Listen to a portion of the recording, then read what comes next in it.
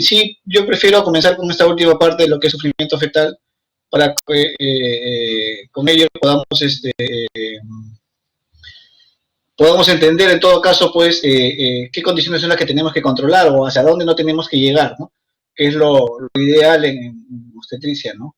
Obviamente el término es bastante significativo. Cuando uno habla de sufrimiento fetal, estamos hablando pues que obviamente ese producto no está en buenas condiciones y hay algún agente que le pueda estar ocasionando algún tipo de daño, ¿no?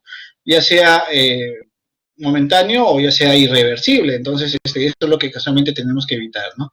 ¿Ya? Y para eso es que tenemos que nosotros aprender a reconocer, ¿no?, lo normal, ¿no?, para saber obviamente en qué momento estamos ante un bebé sin ningún problema, cuando tenemos ya obviamente un bebé que ya está dando una manifestación, ¿no?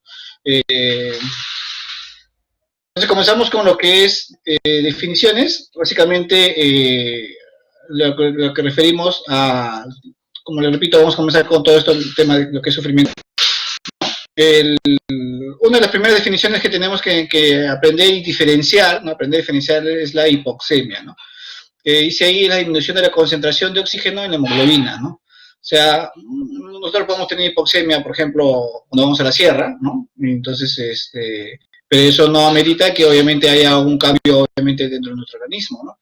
Claro, sentimos obviamente la diferencia, ¿no?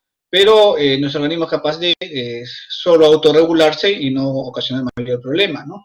¿Ya? Quizás por ahí alguna que otra manifestación, pero de todas maneras igual, ¿no? Entonces, cuando hablamos de hipoxemia, simplemente es disminución, como dice ahí, de concentración de oxígeno en la hemoglobina o en la sangre, ¿no? Así a secas, ¿no? ¿Ya? Cuando hablamos ya de hipoxia, ya no estamos hablando a nivel de la sangre, sino estamos hablando a nivel del tejido, ¿no? ¿Qué quiere decir? Que obviamente esta hipoxemia, ¿no?, que tiene que ser el cambio inicial, es tanta que finalmente el tejido ya no le está llegando oxígeno adecuadamente, ¿no? Y eso también obviamente va a conllevar a otro tipo de manifestaciones que después lo vamos a repasar, ¿no? Entonces, definitivamente ya es un grado mayor de afección, ¿no?, donde ya tiene que ver otros mecanismos, de todas maneras, de compensación que nos ayude, obviamente, a que el daño no sea tanto a nivel tisular, ¿no? ¿Ya? Y la asfixia, que ya es un término posterior o un grado mayor de complicación, ¿no? Ya es obviamente, como dice ahí, es un síndrome caracterizado por la suspensión, ¿no?, o grave de disminución de intercambio gaseoso a nivel de la placenta, que resulta en hipoxemia, hipercapnia, hipoxia tisular con acidosis metabólica. Es un grado mayor, ¿ya?, de afección. De todas maneras, esta asfixia ya nos da un corto tiempo, como vamos a ver después, de acción, y es ahí a donde no tenemos que llegar, ¿no? Es ahí donde tenemos nosotros que identificar a los efectos y finalmente no tener que llegar a ese extremo para que no causar algún daño que sea posterior, ¿no? ¿Ya? Entonces, si se dan cuenta acá en el gráfico, cuando vemos hipoxemia dice afecta a la sangre arterial, ¿no? La hipoxia afecta básicamente a los tejidos y la asfixia ya afecta a los órganos centrales, ¿no? ¿Por qué se supone que cuando ha habido hipoxia, ¿no?, ya el organismo, como mecanismo de compensación, como también nos puede suceder a nosotros cuando tienes una hemorragia masiva, ¿no?, en una persona adulta, siempre se priorizan determinados órganos? Lo mismo va a pasar en el feto, va a priorizar determinados órganos. Entonces, esos órganos son los que son necesarios, considerados necesarios para mantener la vida. Si es que estos órganos se llegan a afectar, ya estaríamos pasando, obviamente, a lo que es asfixia, ¿no? O sea, ya el grado es mayor de severidad, ¿no?, y hasta esos órganos que, como verán acá, representa como el cerebro, el corazón, básicamente, ¿no?, si llegan a afectar, obviamente ya las consecuencias pueden ser muy fatales, ¿no? La definición así de sufrimiento fetal, ¿ya? Sufrimiento fetal agudo, como dice ahí, es aquella asfixia fetal progresiva, que si no es corregida o evitada, provocará una compensación de la respuesta fisiológica, desencadenando un daño permanente del sistema nervioso central, falla múltiple de órganos y muerte, ¿no? Esa es una de las definiciones, que como verán, eso fue dado en el año 90, todavía muy común para nuestra práctica diaria. Casi siempre nos referimos nosotros a sufrimiento fetal, cuando queremos, ¿no?, dar a entender que obviamente las condiciones internas para el producto no son las adecuadas. El término agudo, ¿no?, obviamente va a requerir que esto ha sido de poca evolución, ¿no? Sin embargo, la COG, ¿no?, ya propone proponen que podamos cambiar ese término, ya no tener o referirnos directamente a sufrimiento fetal, sino más que todo acuñar un nuevo término que se dice estado fetal no tranquilizador, ¿no? Entonces, ¿en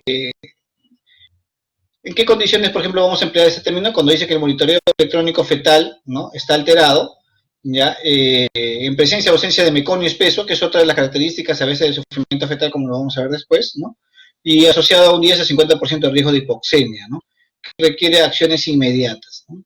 ¿Está bien? ¿Qué ha pasado? Que muchas veces, por ejemplo, a nosotros nos sucede en la práctica que ponemos como diagnóstico de sufrimiento fetal, ¿no?, a determinada gestante porque, bueno, tiene algunas condiciones, unos signos que nos hace sospechar de ello, y finalmente cuando entramos muchas veces a operar, porque la mayoría de veces por el corto tiempo de resolución que nos da la cesárea, terminamos operando al paciente, y el bebé sale normal, ¿no?, sin mayor dificultad, con un alcar adecuado, ¿no?, o sea, con una buena reacción, un llanto inmediato, ¿no? ¿Qué ha sucedido? Que muchas veces, por ejemplo, como quien dice, pues nos hemos ido de cara, ¿no?, con los diagnósticos, ¿no? Entonces, siempre obviamente tratando de no llegar a extremos, pues obviamente que nos hagan pensar de que podamos tener algún tipo de compromiso mayor, ¿no? Y siempre con beneficio del producto, ¿no? Pero ha sucedido eso, ¿no? Entonces, ante ello, es que cambiar este estado fetal no tranquilizador, ¿qué quiere decir básicamente? Que hay algún signo, ¿no?, que pueda estar, obviamente, que me hace pensar de que este bebé pueda estar, ¿no?, pueda tener algunas malas condiciones, y que es mejor, obviamente, tener que tomar una decisión a tiempo antes de tener que después asumir algún tipo de consecuencia, ¿no? Entonces, básicamente por eso es que se cambia el término, ¿no? Entonces, es como dice, estado afectando tranquilizador para uno, porque no sabe si el bebé está bien o está mal, y mejor ante la duda, mejor es tomar alguna decisión, ¿no? El otro término, asfixia perinatal, ¿ya? Obviamente ya hablamos de perinatal, o sea, ya hablamos como dice, condición fetal o neonatal, ¿no?, secundaria a un déficit de aporte de oxígeno. Para yo darme cuenta, para hablar de un neonato, quiere decir que ya se produjo el parto, ¿no?, ¿está bien? Y obviamente ya las cosas que yo pueda ver van a ser completamente distintas, ¿no? ¿Está bien? Entonces, ya obviamente la asfixia perinatal va a ser un diagnóstico en el cual, como dice ahí, es un diagnóstico retrospectivo, ¿no? ¿Qué quiere decir? Que yo ya tengo el producto, ya sé que nació mal, ya sé que nació bien, ya sé que no, cuáles fueron las condiciones en las que nació, y ahí puedo evaluar, ¿no? ¿Está bien? Entonces, sobre todo si este producto nace en malas condiciones, tengo que ver si es que cumple alguno de estos criterios, ¿no? Un pH de arteria umbilical menor a 7, ¿no?, del cordón umbilical se pincha, saca la muestra de sangre y se procesa. El test de Algar, ¿no?, que es el test que se aplica a los recién nacidos, menor a 3, es un puntaje bastante bajo, y esto es al minuto todavía, ¿no? Una encefalopatía neonatal moderada o severa, dependiendo obviamente cuál haya sido la evolución después posterior en las horas o días siguientes, ¿no? Y una evidencia de disfunción multiorgánica, ¿no?, como el sistema cardiovascular, renal y pulmonar. Todo esto ya en el feto, ¿está bien? O, perdón, el neonato, ¿ya? En el neonato. El feto es obviamente cuando está dentro de la madre. Todo esto ya en el neonato. Entonces, por eso que decimos que es un diagnóstico retrospectivo, ¿no? Si presentara, ¿no?, estos criterios, definitivamente yo estoy ante un caso de asfixia perinatal. Y es de muy mal pronóstico, pues obviamente pues va a dejar secuelas bastante severas, ¿no? En la evolución. Quizás en el momento no nos damos cuenta, ¿no? Porque en el momento cuando tenemos un bebé que recién nace, no usa todos sus órganos, pues, ¿no? O por lo menos la parte del sistema nervioso usa los mínimos, ¿no?, los mínimos necesarios como para poder subsistir. Y esto ya las secuelas de ello lo vamos a ver en los días posteriores, en los meses, ¿no? ¿Ya? Incluyendo ese un diagnóstico que también se llama parálisis cerebral, ¿no?, que puede también estar presente por ahí, ¿no? Y la depresión neonatal, ¿no?, es cuando ya se cumple alguno de estos tres criterios, pero muchas veces la depresión neonatal simplemente es que el bebé nació en malas condiciones, pero felizmente el neonatólogo o el pediatra pudo tomar algunas medidas y pudo reanimarlo, ¿no? Y obviamente esto fue algo simplemente, algo pasajero, no fue algo que vaya a causar un mayor daño posterior, ¿no? Entonces, cuando ellos ponen depresión neonatal, van a poner depresión neonatal, por ejemplo, de rápida recuperación, quiere decir que de repente nació mal, con un Algar muy bajo, minuto, y a los 5 minutos ya estaba pues un Algar como 8, 9, ¿no?, 10, ¿no?, algo bastante aceptable, ¿no? ¿Está bien? O ponen ellos depresión neonatal simplemente, ¿no?, de recuperación lenta, cuando pasan más de 10 minutos y siguen con algo por debajo de 5, ¿no? Entonces, eso ya son términos que usan los neonatólogos, pero que obviamente están muy relacionados a nuestro accionar, ¿no?, al momento de que terminando la gestación, ¿no? ¿Qué causas podemos tener de sufrimiento fetal, ¿no? Básicamente tenemos, como verán ahí, algunos sitios que pueden estar, digamos, se pueden estar alterando y que podrían ocasionar algún problema, ¿no? Por ejemplo, podemos comenzar acá arriba con función del útero, cuando hay, por ejemplo, muchas contracciones y no deja que el bebé, ¿no?, tenga una adecuada recuperación, ¿no?, en los niveles de oxígeno, ¿no? Porque acuérdate que en cada contracción siempre va a haber un cierto grado de una disminución de la presión de oxígeno para el feto, entonces por eso es que cuando más frecuentes sean las contracciones, peor va a ser, ¿no?, para el bebé. Tenemos condiciones fetales, por ejemplo, de repente el bebé ya tenga alguna infección previa, ¿no?, anemia, ¿no?, también en los casos de incompatibilidad de RH, si son gemelares, en un caso si no hay feto de transfusión feto-fetal, también igual, ¿no? O sea, condiciones básicamente del bebé, ¿no? ¿Ya? Algún tipo de infección, puede estar presente el torso, ¿no?, o cualquier otra condición, agravar su condición básicamente, y que este bebé, por su condición misma, no sea capaz de soportar estos cambios de oxígeno, ¿no? Condiciones maternas, ¿no?, la hipertensión o la hipotensión, ¿no?, como el caso, por ejemplo, de la preeclampsia, ¿no?, que también igual hay una disminución progresiva de oxígeno durante todo el embarazo, y eso obviamente puede conllevar a que igual de la misma forma el bebé no se desarrolle adecuadamente, ¿no? Ahí estaríamos hablando de un problema crónico, ¿no? ¿Ya? Condiciones de la placenta, por ejemplo, un desprendimiento de la placenta, de un momento a otro, un accidente, un golpe, la placenta se desprende y los niveles de oxígeno caen completamente, ¿no? Obviamente el aporte, el intercambio, acuérdense que estamos hablando del intercambio, ¿no?, feto-placentario, y obviamente este cambio decae producto del desprendimiento, y eso también conlleva a que el feto entre en sufrimiento. Condiciones del cordón, ¿ya?, como por ejemplo que tenga una sola arteria, acuérdense que si debe tener dos arterias y una vena, ¿no?, que haya una lesión de repente del cordón, como lo que conocemos como vasa previa, ¿no?, ya un cordón corto o un prolapso de cordón, que también igual podría haber, ¿no? Entonces, como verán, son diferentes condiciones las que nos pueden llevar a cuadros de sufrimiento, ya sean crónicos o ya sean agudos, ¿no? Acá básicamente es lo mismo, ¿está bien? Básicamente cada causa y algún tipo de ejemplo para que ustedes más o menos tengan una idea de a qué estamos hablando. Ya, esto ya lo repasan después. Doctor Sorna, disculpe. Ahora sí, vamos a ver qué consiste la fisiopatología del sufrimiento fetal, ¿no? Acuérdense que uno de los primeros cambios que habíamos dicho era necesariamente tiene que haber la disminución de la presión de oxígeno, ¿está bien? Lo que es hipoxemia, ¿ya? Obviamente esto a nivel sanguíneo fetal, ¿no? ¿Está bien? Entonces, esta hipoxemia, vamos a ver, decíamos que hay una disminución de intercambio feto-materno, ¿no? Entre la placenta no aporta adecuadamente la cantidad de oxígeno. Acá vamos a tener dos vías, ¿no? Una, vamos a tener una disminución del aporte de oxígeno, que obviamente es lo que ya venimos hablando desde hace un momento.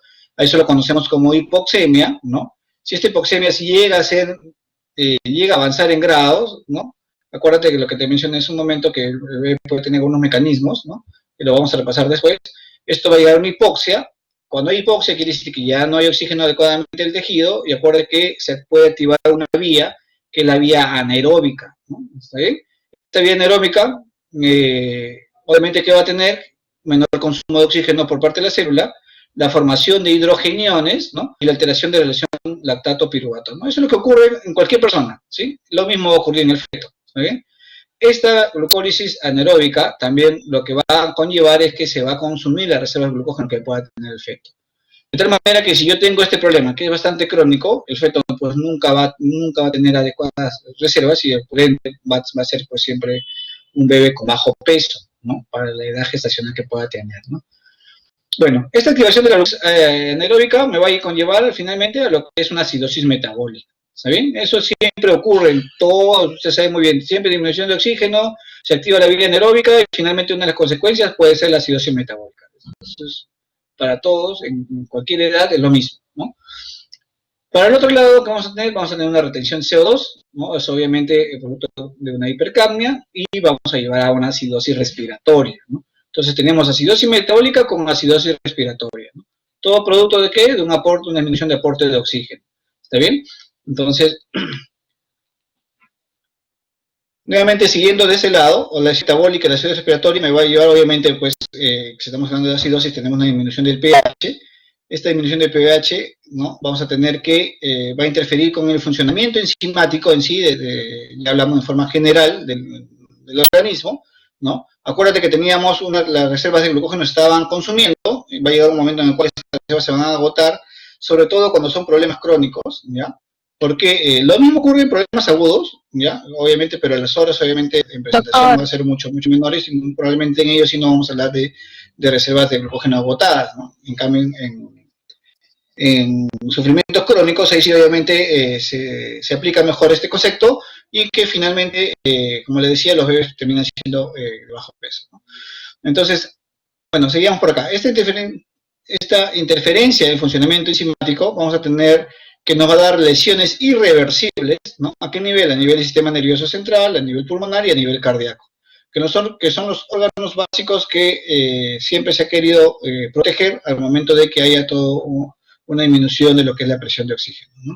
¿Está bien? Entonces, cuando ya hablamos de lesiones, acuérdense de lesiones de órganos centrales, ¿no? Acuérdate, es la definición de asfixia, ¿no? Entonces, es ahí donde obviamente, si las lesiones son irreversibles, pues es donde el pronóstico es mucho peor, ¿no?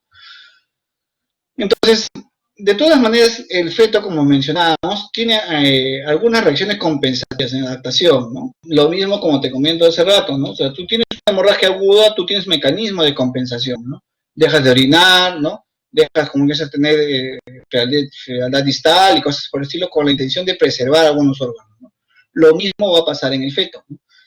Esta acidosis e hipoxia fetal, ¿no? Que ya hemos venido mencionando, ¿ya? Va a ocasionar, ¿qué cosa? Un aumento del tono simpático, ¿no? Esto va a ocasionar, como respuesta, vamos a tener un aumento de la frecuencia cardíaca, y es uno de los primeros, ¿no? Signos que vamos a ver, es la taquicardia fetal, ¿no? Y el aumento de la frecuencia cardíaca, ¿sí? Lo mismo cuando nos pasa a nosotros, tú te vas a la sierra, como te decía al inicio, ¿no? Te falta el oxígeno, ¿qué haces? Tu corazón comienza a trabajar más rápido, ¿no? Lo mismo va a suceder en el feto, ¿no? Cuando ya el nivel es crítico de esta hipoxia, ¿no? Acuérdate que ya comienzan a lesionarse otros órganos, va a aumentar el tono vagal, va a disminuir la frecuencia cardíaca fetal, entonces de lo que inicialmente teníamos una taquicardia, ¿no? Finalmente vamos a terminar en una bradicardia, pero eso tiene que ser ya a un nivel extremo, ¿está bien? Acá se va a desarrollar lo que conocemos como estrés fetal, ¿no? Y ante circunstancias de estrés, como también reacciona nuestro organismo, nosotros liberamos determinadas catecolaminas, ¿no? Como en este caso epinefrina y noradrenalina, ¿no? Ellas, ¿cuál va a ser la función que van a tener? Aumento de la circulación de los vasos en las vejigas coriales, ¿no? Aumento de la circulación del encéfalo y del miocardio, tratando de preservar básicamente el cerebro, ¿no? Y disminución de gasto sanguíneo en órganos no vitales. O sea, ¿qué órganos se dejan de irrigar? Como mencionábamos, por ejemplo, intestinos, por ejemplo, ¿no? Y es muy frecuente que, por ejemplo, los bebés que hayan tenido un sufrimiento fetal, ¿no? Tengan después un problema que se llama enterocolitis necrotizante, producto de esta baja de circulación de oxígeno que han tenido durante esta etapa, ¿perdón? Le conlleva a que, por ejemplo, los intestinos no reciban adecuadamente sangre y eso después lo predispongan a esta enfermedad, ¿no? Entonces, como verán, todo esto trata de tener mejores condiciones circulatorias en los parénquimas vitales y en la placenta, ¿no? O sea, todo este mecanismo que ha hecho el feto con la intención de que se mejoren las condiciones circulatorias, ¿no? No siempre da resultado, no siempre llega a ser efectivo, pero de todas maneras es el mecanismo con el cual responde el feto, ¿no? Entonces, acá básicamente lo mismo, pero en resumen, ¿qué es lo que pasa por etapas, ¿no? ¿Ya? La primera etapa es hipoxemia, ¿no? Acá si te das cuenta, en este eje coordenada, la saturación de oxígeno, donde está disminuyendo gradualmente, ¿no? ¿Ya? Estos son, mira, días y semanas, horas y minutos, ¿no? Entonces la hipoxemia va a ocurrir en días y semanas, sobre todo cuando hablamos de sufrimiento crónico, ¿está bien? No es el caso de un DPP, ¿no? Porque obviamente eso es momentáneo, ¿no? En horas, ¿no? O en minutos inclusive, ¿no? En este caso estamos hablando ya de un problema mayor, ¿no? Una paciente con preeclampsia, ¿no? ¿Ya? Que obviamente, pues, como mencionábamos, el grado de hipoxemia es mayor, ¿no? Entonces, o es más prolongado. ¿Qué va a hacer el feto primero? Va a capturar de una forma más eficiente el oxígeno y para eso va a tener algunos mecanismos en los cuales, dentro de su circulación, como vamos a ver después, trata de adaptarse, ¿no? A que modifique su su sistema circulatorio y que le llegue de todas maneras igual, bajo cambios de presiones y de resistencias, le llegue de todas maneras mayor cantidad de oxígeno a determinados órganos. Se va a dejar de mover, o se va a mover menos, en todo caso, o sea, va a haber disminución de la actividad, por lo mismo de que obviamente cuando uno hace algún tipo de ejercicio consume mayor cantidad de oxígeno, ¿no? Entonces el bebé va a dejar de moverse, va a disminuir su velocidad de crecimiento, ¿no? Tú te das cuenta, de repente un bebé pudo tener un crecimiento adecuado hasta las 20, 22, 24 semanas y de ahí en adelante ya no se desarrolla adecuadamente, ¿no? Y esto usted sabe muy bien que la primera forma de darnos cuenta es mediante la altura uterina, ¿no? Y va, bueno, va a querer tener un mantenimiento de balance energético, ¿no? Esto ocurre en este periodo, ¿no? De días y semanas donde ocurre la hipoxemia, ¿no? Cuando hablamos de hipoxia, vamos a ver ya que, acuérdense, se comienzan a liberar hormonas de estrés, ¿no? Que era lo que mencionábamos en el cuadro anterior. Va a haber una redistribución del flujo sanguíneo, ¿ya? Vamos a tener un metabolismo anaerobio, ¿no? En los tejidos periféricos, que era lo que también ya hemos dicho, y igual con la intención de mantener un balance energético, ¿no? Todas estas medidas, obviamente, con la intención de esto, ¿no? De mantener un balance energético. ¿Está bien? Pero acá estamos hablando, acuérdate, de que no hay oxígeno en las células, ¿ya? Y es un grado de mayor afección. Como verán, la caída, ¿no? De la saturación de oxígeno es mucho más rápido, ¿no? ¿Ya? Esto ocurre en horas, ¿no? Y la asfixia, que ya ocurre en minutos, ¿no? ¿Ya? Como es una reacción de alarma, hay metabolismo anaerobio de los órganos centrales, o sea, aquellos que quiso cuidar al inicio, también obviamente ya están comprometidos, ¿no? Y el corazón no funciona adecuadamente, ¿no? ¿Está bien? Es un grado mayor de afección, ¿no? Entonces, como verán, todos estos son los cambios que ocurren en el transcurso de que se instaura un sufrimiento fetal, ¿no? Entonces, ¿cuáles son los signos de fetal más importantes? La alteración de la frecuencia cardíaca fetal, acuérdate que ya habíamos mencionado, ¿no? Inicialmente una taquicardia y después una bradicardia, ¿no? Y la presencia de mecolíquido amniótico, ¿no? Acuérdate, una de las condiciones para poder definir el estado fetal no tranquilizador es la presencia de meconio. Pero un meconio que después vamos a mencionar qué características tiene que tener, ¿no? Entonces, cuando hablamos de alteración de frecuencia cardíaca fetal, vamos a hablar de una taquicardia mayor a 160, ¿ya? En sí, los términos de normalidad, ¿no? Están en función de 110 se habla ahora hasta 160, algunos clásicamente todavía lo siguen entre 160 a 120, la OMS ha mencionado hace algunos años que este valor inferior debería ser de 110, si es que lo hicieras bajo monitoreo fetal, ¿está bien? Monitoreo electrónico fetal, pero si es que nosotros solamente estamos escuchando con nuestro estetoscopio, ¿no? O con nuestro PINAR, que es un aparatito que empleamos para poder escuchar, es considerado de 120 a 160, ¿no?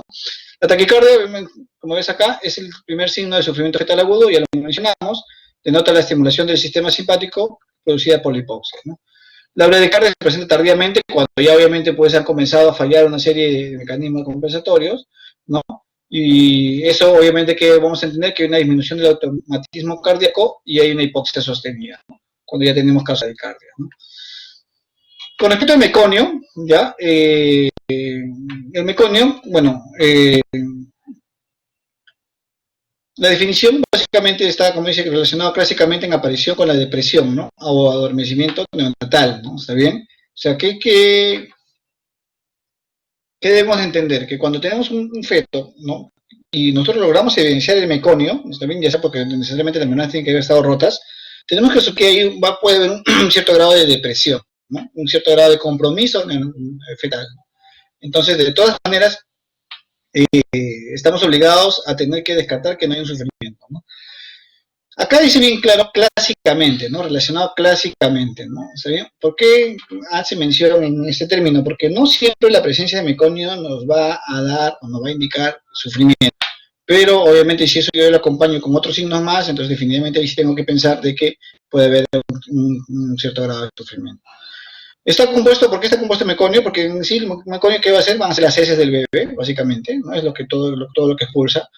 Resto del líquido amniótico deglutido, acuérdate que el bebé siempre está tomando líquido amniótico, pero el líquido amniótico no es un líquido amniótico, digamos, no es agua, ¿no? O sea, no es la orina propiamente, ¿no? Sino obviamente este líquido contiene, como dice, material de descamación de las paredes del útero, de las membranas y todo ello, ¿no? de la misma piel del feto, ¿no? El anugo y pequeñas cantidades de sangre, ¿no?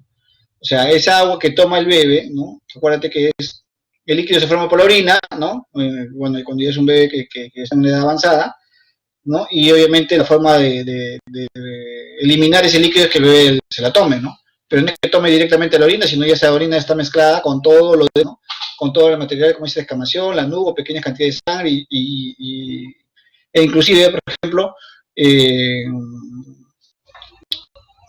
restos de membrana también igual que pueden ir, que pueden ir desprendiéndose, ¿no? Entonces, todo ello obviamente va a ser parte de lo que finalmente degluta o ingiere el bebé, ¿no? Y que finalmente pueda estar presente en el meconio, ¿no? Enzimas pancreáticas, ácidos grasos libres, bueno ya, ese es otro tipo de cosas. Y la biliverdina, que es color característico, o sea, este meconio, estas heces son color verde, ¿no? Un verde oscuro. Esa es lo tradicional, ¿no?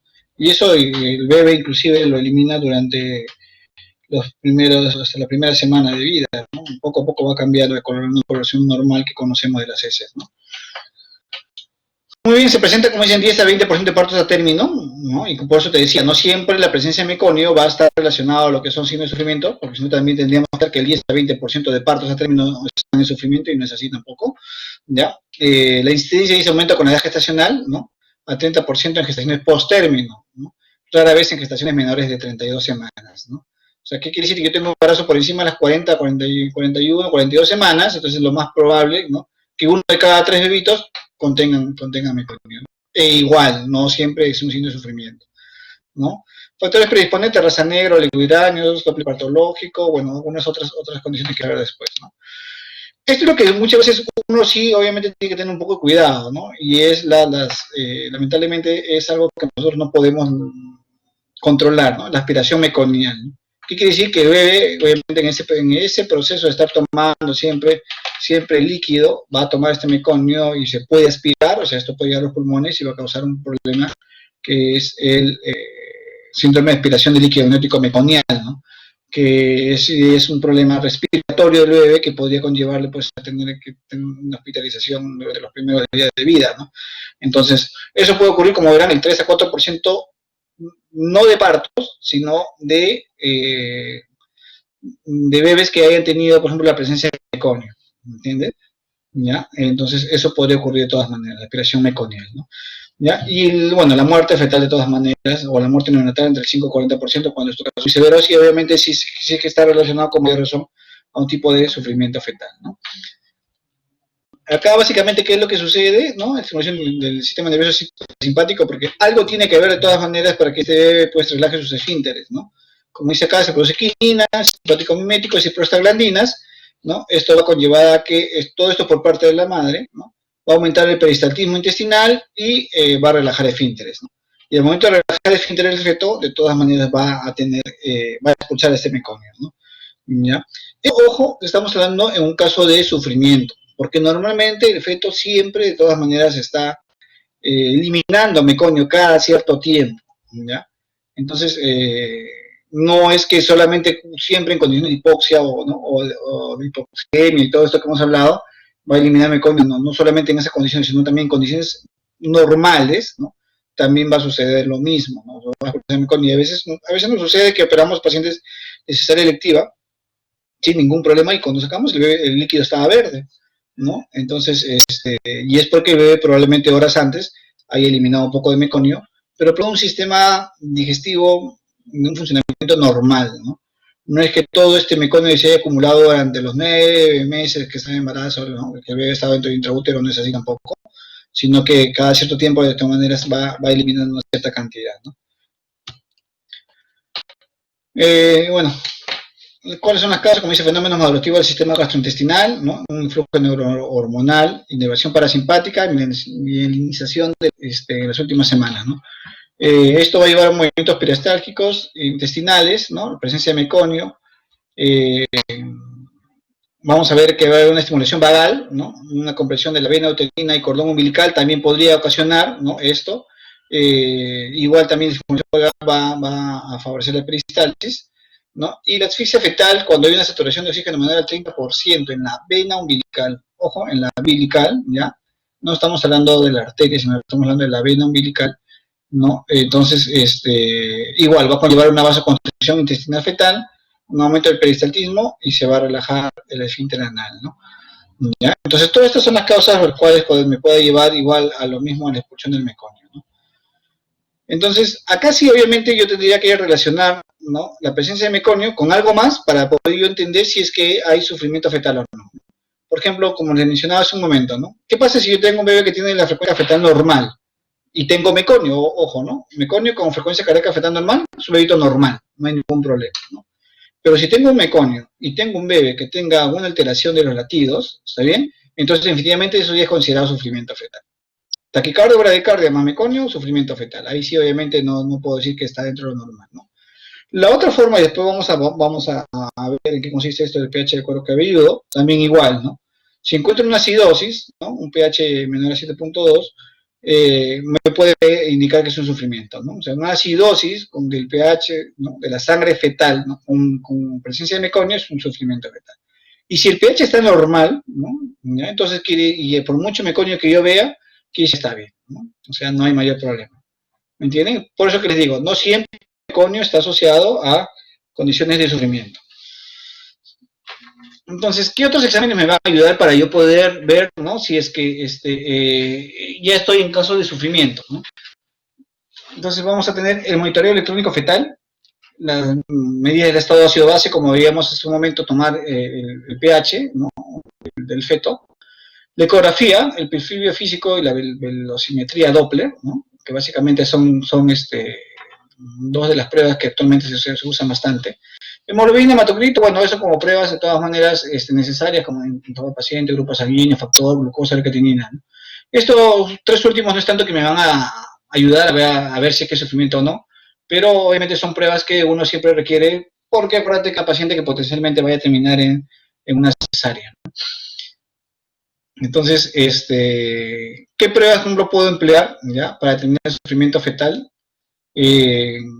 Pueden dividirse, como verán, en qué momento yo estoy con la paciente, ¿no? Estoy de parto, estoy intraparto o estoy posparto, ¿entiendes? Entonces, las pruebas son completamente distintas, ¿no? Si estoy en preparto, quiere decir que tengo una paciente de repente que está término, pero no tiene nada de contracciones, ¿no? Puedo pedir un monitoreo fetal no estresante, un monitoreo fetal estresante también, un perfil físico y un Doppler, ¿no? Si estoy en el intraparto, o sea, la paciente ya está en trabajo de parto, ya, no es que esté en el expulsivo, ojo, sino está en trabajo de parto, o sea, ya está en fase latente, fase activa, ¿no? Puedo hacer un monitoreo electrónico continuo de la frecuencia cardíaca fetal, puedo hacer una ocultación intermitente de la frecuencia cardíaca, ¿no? Oximetría de pulso, ¿ya? Sanguíneo cuero cabelludo, o valorar también la presencia de meconio, ¿no? Cualquiera de ellos, ¿no? Y si estamos en el postparto, obviamente ya no es el producto, ahí sí necesariamente pues, se emplea lo que es la valoración del APGAR, perdón, que es lo que me va a conllevar me va a entender en qué condiciones nace el producto, ¿no? Ya le puedo sacar obviamente gases del cordón umbilical, ¿no?, y algunas otras pruebas neuroconductuales posteriores, ¿no? Todo esto con la intención de determinar si es que ha habido asfixia. Acuérdate de la definición de asfixia que habíamos mencionado, ¿no? ¿Cuándo tenemos sospecha de sufrimiento? Cuando veamos una taquicardia fetal por encima de 160, ¿no? 160 a 180, ¿no?, por más de 20 segundos, sin alteración materna ni efecto medicamentoso, ¿ya? Una bradicardia fetal cuando esta esté entre 100 a 120, sin otro signo asociado, ¿ya? Necesariamente la bradicardia fetal sí, obviamente hay que tener más cuidado, porque acuérdate que puede ser ya un paso mayor en grado de hipoxemia, ¿no? Vamos a sospechar de sufrimiento cuando tenemos el líquido amniótico verde fluido, ¿ya?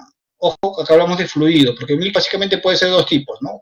Cuando hay presencia de meconio, o es fluido o es espeso, ¿no? Espeso lo consideramos o lo describimos como puré de verjas, ¿no? Y fluido es un líquido simplemente verde, ¿no? Un líquido pero color verde, ¿no? Entonces, si estamos ante el líquido verde fluido, entonces ahí vamos a tener una sospecha de sufrimiento, no podemos asegurar que sea sufrimiento. Si ya es espeso, y sí, obviamente la cosa cambia, ¿no? Desaceleraciones variables, que lo vamos a entender después a qué nos referimos con esto, desaceleraciones transitorias, bueno, y disminución de los movimientos fetales, ¿no? ¿Está bien? Esto obviamente son signos de sospecha de sufrimiento, ¿no? Y si la madre está convulsionando también, porque a veces vienen pacientes con eclampsia, hay que sospechar que ese bebé también está en sufrimiento, porque acuérdate que en cada convulsión va a disminuir obviamente el aporte de oxígeno materno, y eso también puede conllevar pues problemas en el feto, ¿no? Cuando tenemos signos de sufrimiento, de certeza de sufrimiento, o sea, ya sabemos que este bebé necesariamente está sufriendo, tenemos desacciones tardías tipo DIC2, que lo vamos a ver también después. El líquido amniótico es meconía grumoso, ¿no? ¿Ya? En efecto, con presentación cefálica, con frecuencia cardíaca fetal alterada, que era lo que mencionábamos un momento.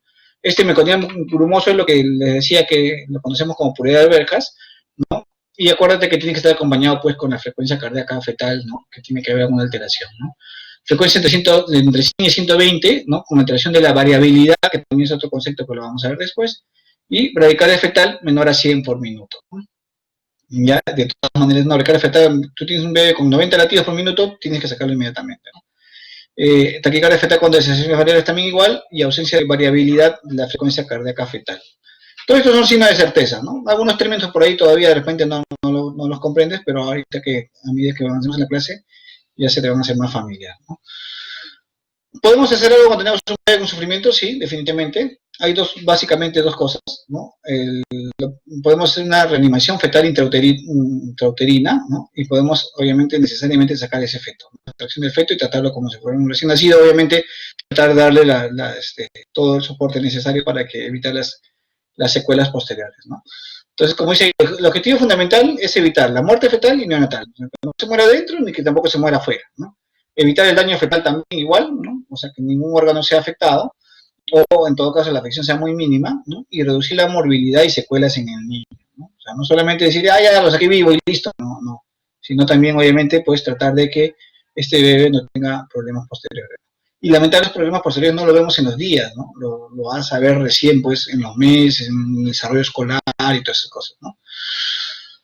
¿Ya? Entonces, ¿qué hacemos cuando queremos hacer una reanimación fetal intrauterina? Colocamos a la gestante en posición de cúbito lateral izquierdo, ¿no? Controlamos funciones vitales maternas, ¿no? Y también latidos cardíacos fetales, colocamos una vía endovenosa, una hidratación endovenosa también con cloruro de sodio, administramos oxígeno. Esto es muy controversial, actualmente han salido publicaciones que dicen que no ayudan, pero de todas maneras igual todavía está descrito como parte de la reanimación, ¿no? Administrar oxígeno, como dice, de 6 a 7 litros por mascarilla. Vigilar permanentemente la frecuencia cardíaca fetal, ¿no? Hacer el examen pélvico para determinar el avance del trabajo de parto, ¿no? Para ver si es que en qué condiciones estamos y si es que va a demorar mucho, esperar que tenga una evolución de un trabajo de parto normal, ¿no? Y de repente optar por algo más rápido que sea necesario, ¿no? Corregir factores maternos como la hipotensión, un desequilibrio ácido-base, ¿no? Mantener una vía canalizada con estroza, con salina, agua destilada, ¿no? Y disminución de la contracción, ¿no? Un beta mimético es la suspensión de la oxitocina, si es que obviamente hubiéramos estado empleando, porque acuérdate que una de las cosas es la taquisistolía, ¿no? Sacar al bebé, estación fetal, ¿no? Como dice, una vez estabilizado por la vía más rápida posible, casi siempre por cesárea, a menos que el parto vaginal sea inminente, ¿no?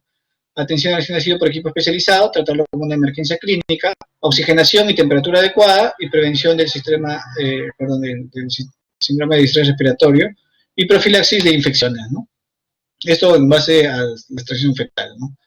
¿Ya? Entonces, acuérdate, si tú tienes un feto con que tú dices que está en sufrimiento, lo mínimo que tienes que hacer es poner el lado izquierdo, controlar sus funciones vitales, pasarle una vía, suspender cualquier tipo de medicamento que les estés aplicando, ¿no? Y, bueno, administrar oxígeno, ¿no? Y estar vigilando de todas maneras la frecuencia cardíaca fetal, ¿no? Mientras que decides o mientras que de repente subes a hacer las operaciones, si es que fue el caso, ¿no? Cuando tenemos casos de bradicardia, pues ahí ya no preguntamos ni al anestesiólogo si la podemos pasar, definitivamente la pasamos más rápido porque sabemos que el corto tiempo que tenemos, ¿no? Y en minutos se nos puede morir ese bebé, ¿no? ¿Qué complicaciones vamos a tener? Como dice, una hipoxia de 1 a 3 horas provoca invariablemente un daño cerebral, ¿ya? Acuérdate, la hipoxia tiene todavía un tiempo de evolución de horas, ¿no? Y de 3 a 5 horas, ¿no? Induce a la muerte del feto. O sea, cuando estas condiciones son ya muy continuas, ¿no? Y la acción dice para evitar daño cerebral ante una hipoxia se debe tomar la decisión antes de 1 a 3 horas, ¿no? ¿Por qué son importantes estos datos de tiempos, ¿no? Porque yo más o menos tengo que siempre que estimar cuánto tiempo este feto ha estado con un cierto grado de hipoxia, dando alguna manifestación de sufrimiento fetal, y que obviamente pues tratar de culminar lo más pronto posible, ¿no? Si yo calculo que de repente, por ejemplo, es una mujer multípara que ya tiene, no sé, 4 hijos y está con 7, 8 de gestación y en el transcurso de 1 hora puede dar a luz, normal puede ser un parto vaginal, ¿no? Pero si de repente es una mujer que recién va a tener su primer hijo y que todavía está con 2 centímetros y que para que llegue hasta 10 centímetros me va a demorar por lo menos unas 8 horas a razón de 1 centímetro por hora, ¿no? Definitivamente tengo que pensar en una cesárea, ¿no? Porque como verán, los tiempos que están mencionados ahí son los que obviamente tengo que tomar en cuenta al momento de tomar las decisiones, ¿no? Complicaciones de sufrimiento fetal, como dice ahí, edema cerebral, convulsiones, encefalopatía neonatal, parálisis cerebral, ¿no? Que puede tener una cuadriplegia espástica, una parálisis cerebral discinética, ¿no? Y la muerte, ¿no? Como eran básicamente casi todas complicaciones neurológicas, ¿no? Que son, digamos, lo de peor pronóstico, ¿no? Lo que finalmente me puede complicar más al paciente, ¿no? En este caso el neonato. Entonces, eso es lo que tenemos que evitar, a eso no tenemos que llegar, ¿no? Miren, método bioquímico del laboratorio, bueno, ya eso hemos terminado la parte de sufrimiento, ahora vamos a comenzar a escribir cada uno de los métodos que existen para poder determinar este sufrimiento. Solamente he mencionado acá en esta lámina el esteroide y el lactógeno placentario, que eran los 2 que más se usaban, pero que actualmente ya están en desuso, ¿no? O sea, ya nadie solicita ninguna de estas pruebas con la intención de querer ver si es que un bebé, cuál es el grado de bienestar del feto. O sea, esto ya se dejó de lado desde los años 60, ¿no? Sin embargo, bueno, como estaba escrito en el sílabus, lo coloqué y solamente para hacerles comentarios nada más, ¿no? Así que si es que por ahí para alguien se les ocurre preguntar, sí existían, ¿no? Existían 2 sustancias bioquímicas que podíamos dosar y que en muchos de ellos se comenzaron a interpretar, ¿no? Pero, ¿qué pasó después? Comenzó a ver lo que conocemos como el monitoreo electrónico fetal, que ya lo vamos a escribir en términos posteriores, que resultó siendo más efectivo, ¿no? Método biofísico, vamos a tener la amnioscopía, perdón, ahí es amnioscopía, no es amnioscopía, ¿ya? Amnioscopía y el recuento de materno de movimientos fetales, ¿no? Cada uno de ellos. Básicamente, cuando hablamos de amnioscopía, ¿qué tenemos que ver? Nos vamos a usar un aparatito, que es el que estamos viendo acá, ¿no? En el cual lo vamos a introducir a través de la vagina. El cuello tiene que estar ciertamente permeable como para que nos deje ingresar y vamos a poder observar, ¿no? Las características del líquido amniótico, ¿no? No es necesario que las membranas estén rotas, ¿ya? Simplemente introducimos, ¿no? A través del cuello del útero, ¿no? Y a través de las membranas tratamos de visualizar la coloración, ¿no? O las características del líquido. ¿Está bien? Como dice, observa características del líquido amniótico visualizado a través de las membranas ovulares. El amnioscopio, que es este de acá, es introducido a través del cuello del útero. Básicamente es eso. ¿Se hace frecuentemente? No se hace, ¿ya? Pero también obviamente está descrito. Por lo menos nosotros acá no lo hacemos frecuentemente. Pero sí es una técnica que podría ayudar, ¿no? Característica de la técnica, como es simplicidad de bajo costo, no requiere hospitalización, ¿no? Porque lo haces en cualquier momento. El control con amnioscopio se inicia desde el 65, ¿no? Cuando tienes algún tipo de gestante con algunos factores de riesgo que te pueda estar condicionando a que puedan aparecer sufrimiento fetal, entonces con mayor razón la haces de forma continua. El resultado se califica, dice, como positivo si el líquido amniótico se haya teñido de meconio o de sangre, ¿no? O si este está casi ausente, ¿no? Básicamente vemos unas imágenes similares a la que estamos viendo acá, ¿no? ¿Ya? Entonces, de eso se trata cuando hablamos de amnioscopía, ¿no? Simplemente con un aparatito, ingresar a través del cuello, mirar y listo, ¿no? Vemos las características del líquido. Indicado, como dice, embarazos prolongados, enfermedad hipertensiva, insuficiencia placentaria, ¿no? De acuerdo con consistencia líquida, vamos a ver, si es líquido claro y lechoso, quiere decir que es normal, y si es un líquido verdoso o amarillento, puede ser un sufrimiento fetal, ¿no? Puede ser, ojo, acuérdate que lo tienes que relacionar con algo más como para poder decir que es un sufrimiento, ¿no? ¿Vale? Ya viendo la otra parte que era de los movimientos, ¿no? Vamos a tener aplicación clínica de los movimientos fetales, vamos a ver que estos movimientos se pueden ver con la ecografía en tiempo real, ¿no? O sea, obviamente, bueno, el tiempo real es el momento que cada uno hace la ecografía, estás viendo los movimientos del producto, ¿no? O las percepciones subjetivas maternas, ¿no? En la cual la madre obviamente puede percibir en qué momento se mueve su bebé, ¿no? Es más, ellas son las primeras que nos dicen y nos informan acerca de ello, ¿no? ¿Ya?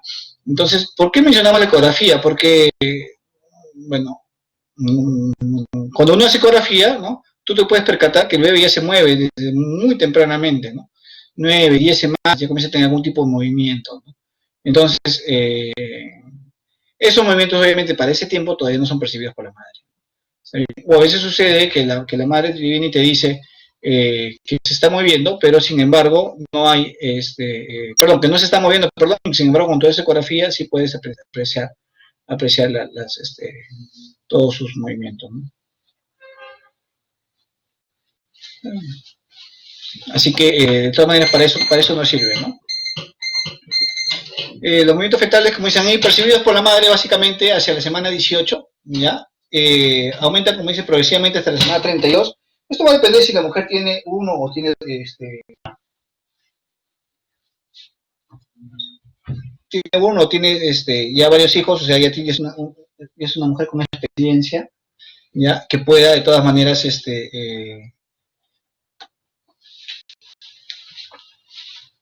percibir o darse cuenta de los movimientos, ¿no? ¿Ya?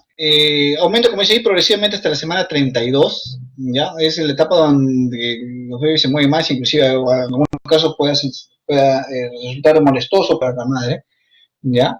Se valora, como dice, de todas maneras, en una forma directa la función del sistema nervioso central, porque obviamente cuanto más movimientos tenga, quiere decir que es mejor su valoración, ¿no? Como dice acá, pueden ser percibidos por la madre, visualizados por ecografía, ¿no? O registrados por un toconómetro, ¿no? Que es el aparatito que usamos para poder registrar los latidos, ¿no? Normalmente se deben sentir ¿cuántos? 3 movimientos por hora o 10 movimientos en 12 horas aproximadamente, ¿no? Eso va a depender del estado, en qué momento es que queramos analizar los movimientos, ¿no? Si es antes o es después de los alimentos, por ejemplo, que es bastante frecuente, ¿no? Que después que la mujer ingiere algún tipo de alimento, se muevan con mayor avidez, ¿no? ¿Ya? ¿Qué le vamos a decir a la madre? Por ejemplo, obviamente si queremos que ella esté bien atenta a ello, ¿no? Vamos a decir, el conteo debe ser el momento de acostarse. ¿Por qué el momento de acostarse? Porque es el momento donde hay mayor calma, mayor paz y mayor tranquilidad en la noche, sobre todo, y que pueda percibir, pueda concentrarse mejor para percibir los movimientos, ¿no? Tiene que estar echada de cúbito lateral izquierdo, colocar las manos extendidas sobre el abdomen, ¿ya? Porque no solamente es agarrar y dejar que la mujer lo perciba, sino con sus manos, obviamente tiene que tocar su abdomen para que ella misma pueda diferenciar y pueda que el bebé se está moviendo en ese momento. Y aproximadamente tiene que ser en un tiempo de 30 a 60 minutos, ¿no? Esto obviamente si es que aquella persona, estas instrucciones le voy a dar a aquella persona que yo creo o considero que debe estar haciendo un control continuo, ¿no? De los movimientos fetales, ¿no? ¿Ya? ¿Qué puede ocasionar disminución de los movimientos fetales? Una residuo, una insuficiencia cardíaca, insomnización, anemia severa, oligoamnios, prolapso cordón, ¿no? Anomalía del sistema nervioso central, malformaciones congénitas, infusión muscular y algunas drogas sedantes, ¿no? Obviamente que sean ingeridas por la madre, ¿ya? Cualquiera de estas condiciones, de todas maneras, puede haber disminución de los movimientos, algunas tienen que ser bastante agudas y otras sí, obviamente, pueden estar presentes desde hace bastante tiempo, ¿no? Los movimientos respiratorios, porque el bebé también hace sus movimientos respiratorios internamente, acuérdense que no, los pulmones no funcionan, pero de todas maneras igual hace sus movimientos respiratorios. Es un movimiento contradictorio, como dice ahí, ¿no? En la cual al momento de la inhalación, ¿no? Lo que va a suceder es que más bien es el abdomen quien se pronuncia y es el tórax que se colapsa, ¿no? Entonces, contrariamente a lo que sucede cuando nosotros respiramos, ¿no? Cuando respiramos, tomamos aire, el tórax se amplexa, ¿no? Y el abdomen, bueno, dependiendo, en algunos casos también igual hace lo mismo, ¿no? Pero en este caso no, al contrario, más bien el tórax se colapsa y el abdomen es quien toma una forma prominente, ¿no? Los movimientos respiratorios no son continuos, ¿no? Es como parte de ejercicio más que hace el feto internamente con la intención de querer, ya después, obviamente, una vez que nazca, tener listos sus músculos respiratorios, ¿no? El sistema respiratorio, básicamente la caja torácica, y no tener mayor problema al momento de respirar, ¿ya? Como dice ahí, los movimientos básicamente son de dos tipos, ¿no? Los jadeos o suspiros y las salvas, ¿no? ¿Ya? Las salvas son movimientos continuos en forma recurrente, ¿no? Que pueden darse, ¿no? El tono fetal, el bebé, como verán, siempre que describimos un bebé, siempre escribimos en esa posición, básicamente, pues, ¿no? Con la espalda encorvada, ¿no? Con las piernas y los brazos, pues, pegados hacia la parte anterior del cuerpo, ¿no? Eso es, obviamente, una posición hasta cierto punto normal, ¿no? ¿Ya? Como dice ahí, el tono va a decir un episodio de extensión activa con recuperación de la flexión, ¿no? Y la apertura y cierre de la mano se considera un tono normal, ¿no?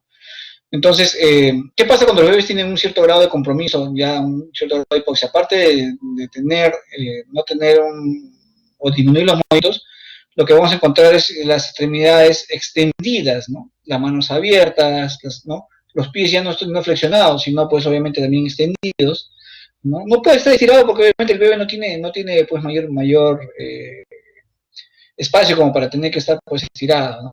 Pero sí obviamente pues nos podemos dar cuenta de todas maneras porque no hay algunos movimientos que requieren, ¿no? Que se considere con un poco de tono, ¿no? Fetal. Muy bien, métodos electrónicos. Vamos a ver que tenemos el test no estresante.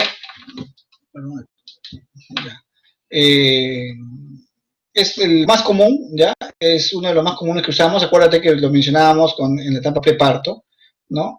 Dice una prueba no invasiva, fácil de realizar, se basa en establecer la presencia de aceleraciones de la frecuencia cardíaca fetal asociada con los movimientos, ¿no?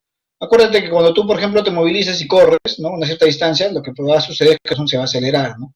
Lo mismo sucede en caso del feto, ¿no? Si el feto se mueve, su corazón también se va a acelerar, ¿no?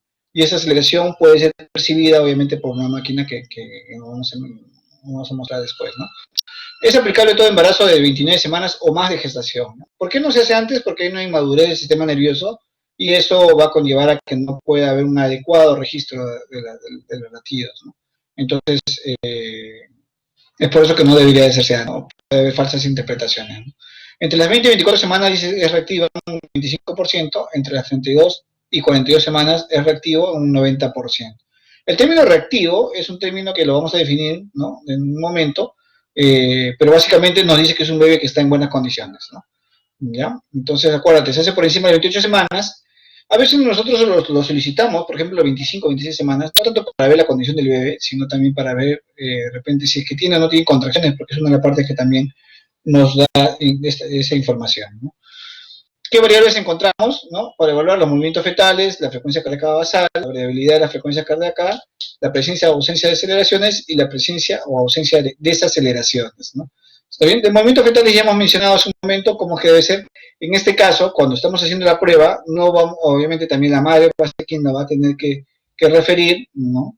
Se le da una parte del aparato es que le des un botón para que ella pueda presionar cada vez que perciba un movimiento fetal, o de repente también en la misma máquina, tiene uno de los sensores, puede precisar o puede determinar si es que ha ocurrido un movimiento fetal, ¿no? La frecuencia cardíaca fetal, que era el siguiente parámetro, ¿no?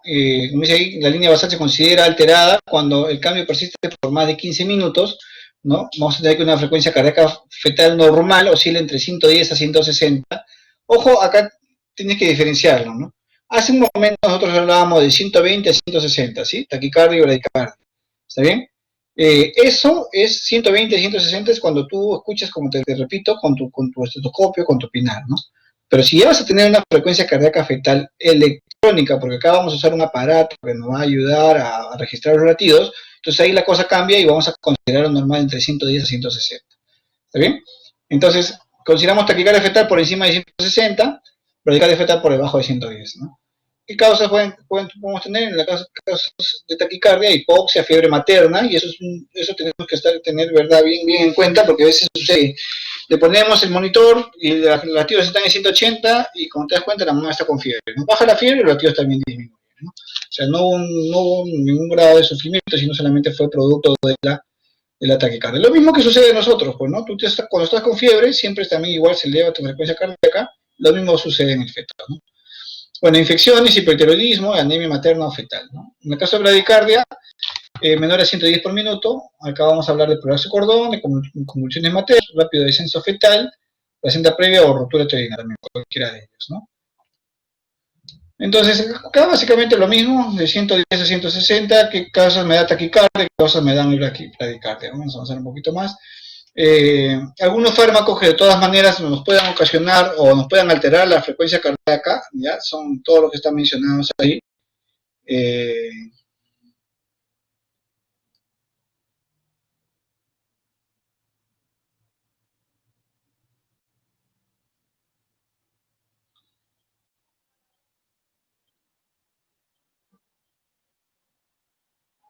Perdón, disculpe, recién acabo de reparar un mensaje que me han mandado. A ver, vamos a ver. Dice que se están viendo muy grandes las diapositivas.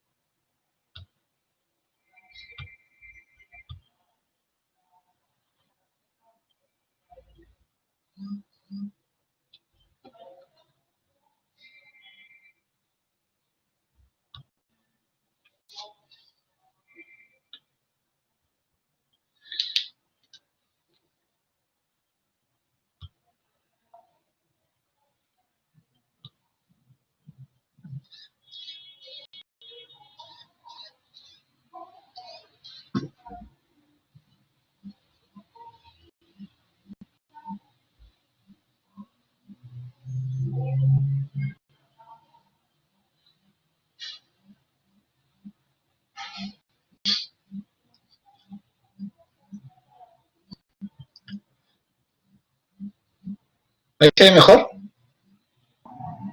Sí, doctor, sí se ve mejor ahora, pero puede presentarlo de igual forma. ¿Alguien me puede responder, por favor? Sí, doctor, se ve bien. Lo veo mejor ahí porque, bueno, recién me di cuenta que comentaban de que estaba muy grande, no me percaté. Sí, doctor, se ve bien. Sí. Sí.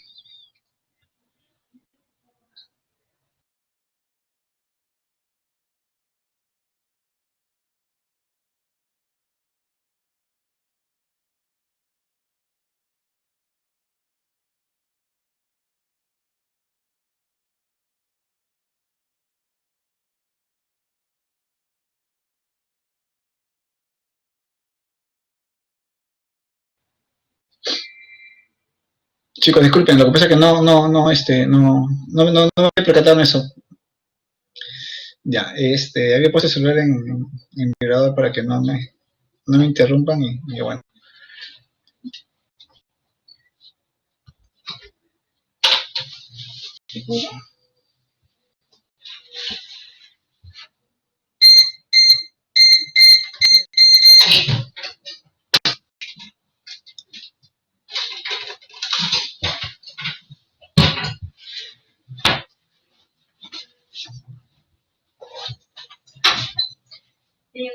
La paciente.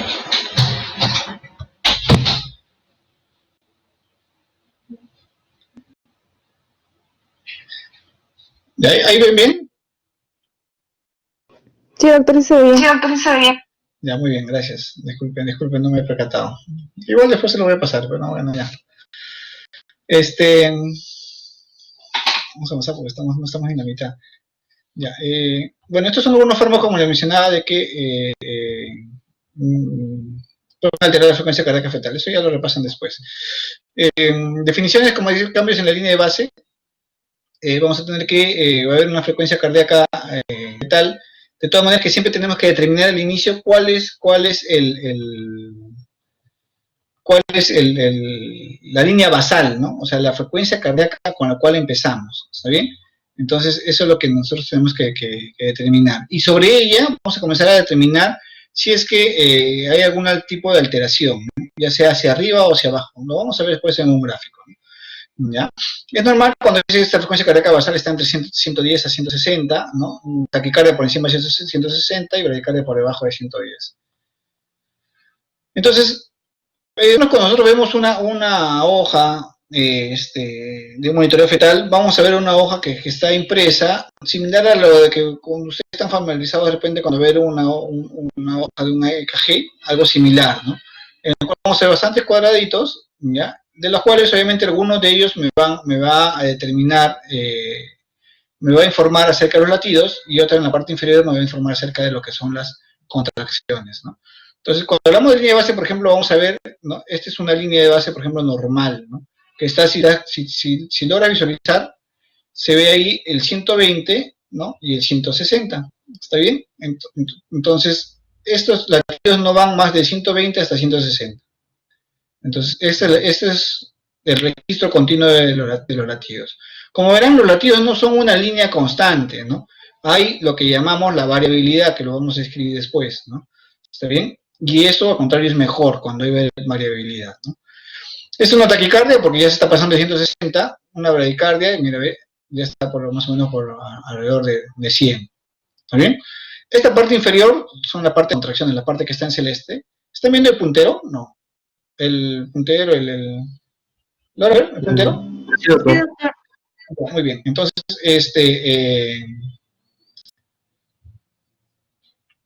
esta parte de acá son las contracciones, ¿no? Y después lo vamos a ver.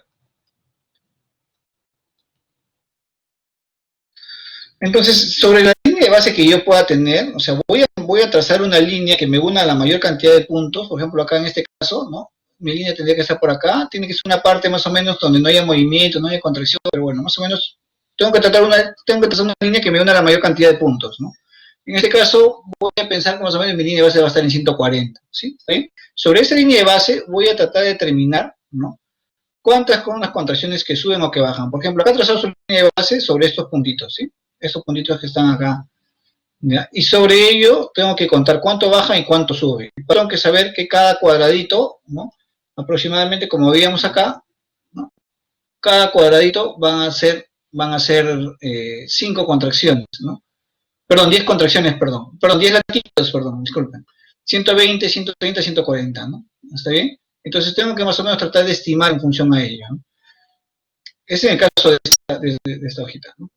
¿Está bien? Entonces, por ejemplo, yo trazo mi línea de base y sobre ello digo, ya, trazo la parte superior y la parte inferior y veo cuánto es la variabilidad. ¿Está bien? Entonces, lo normal va a ser que esta variabilidad sea de 5 a 25 latidos por minuto. ¿Ya?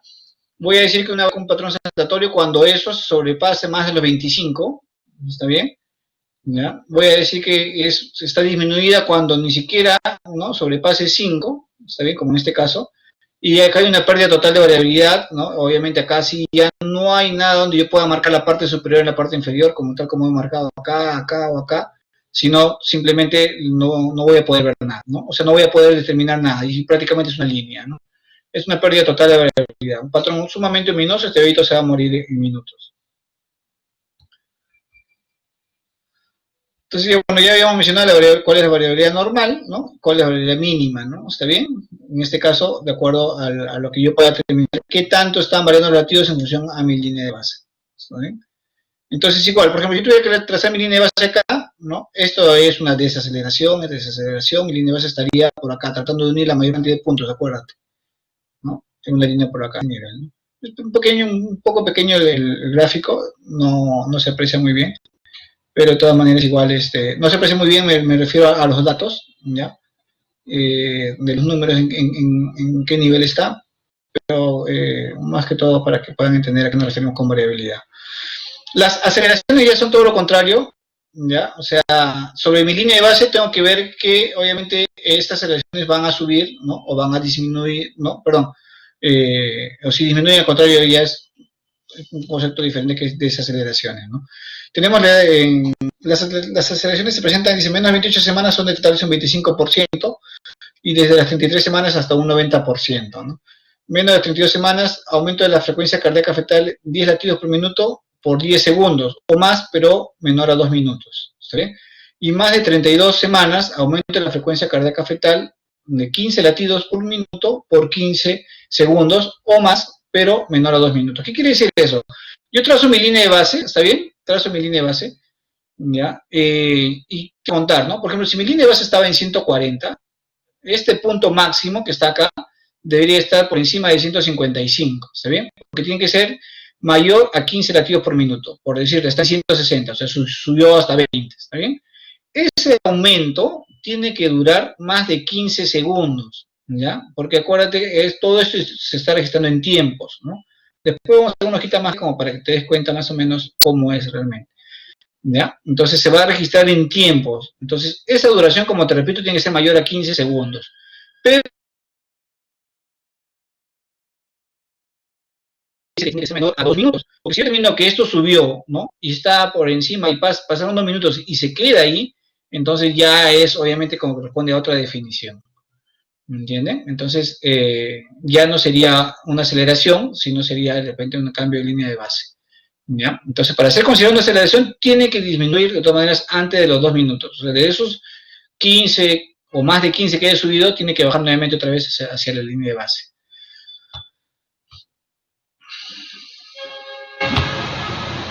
Las desaceleraciones son todo lo contrario, ¿no? Son al revés, sobre mi línea de base ya se van hacia atrás.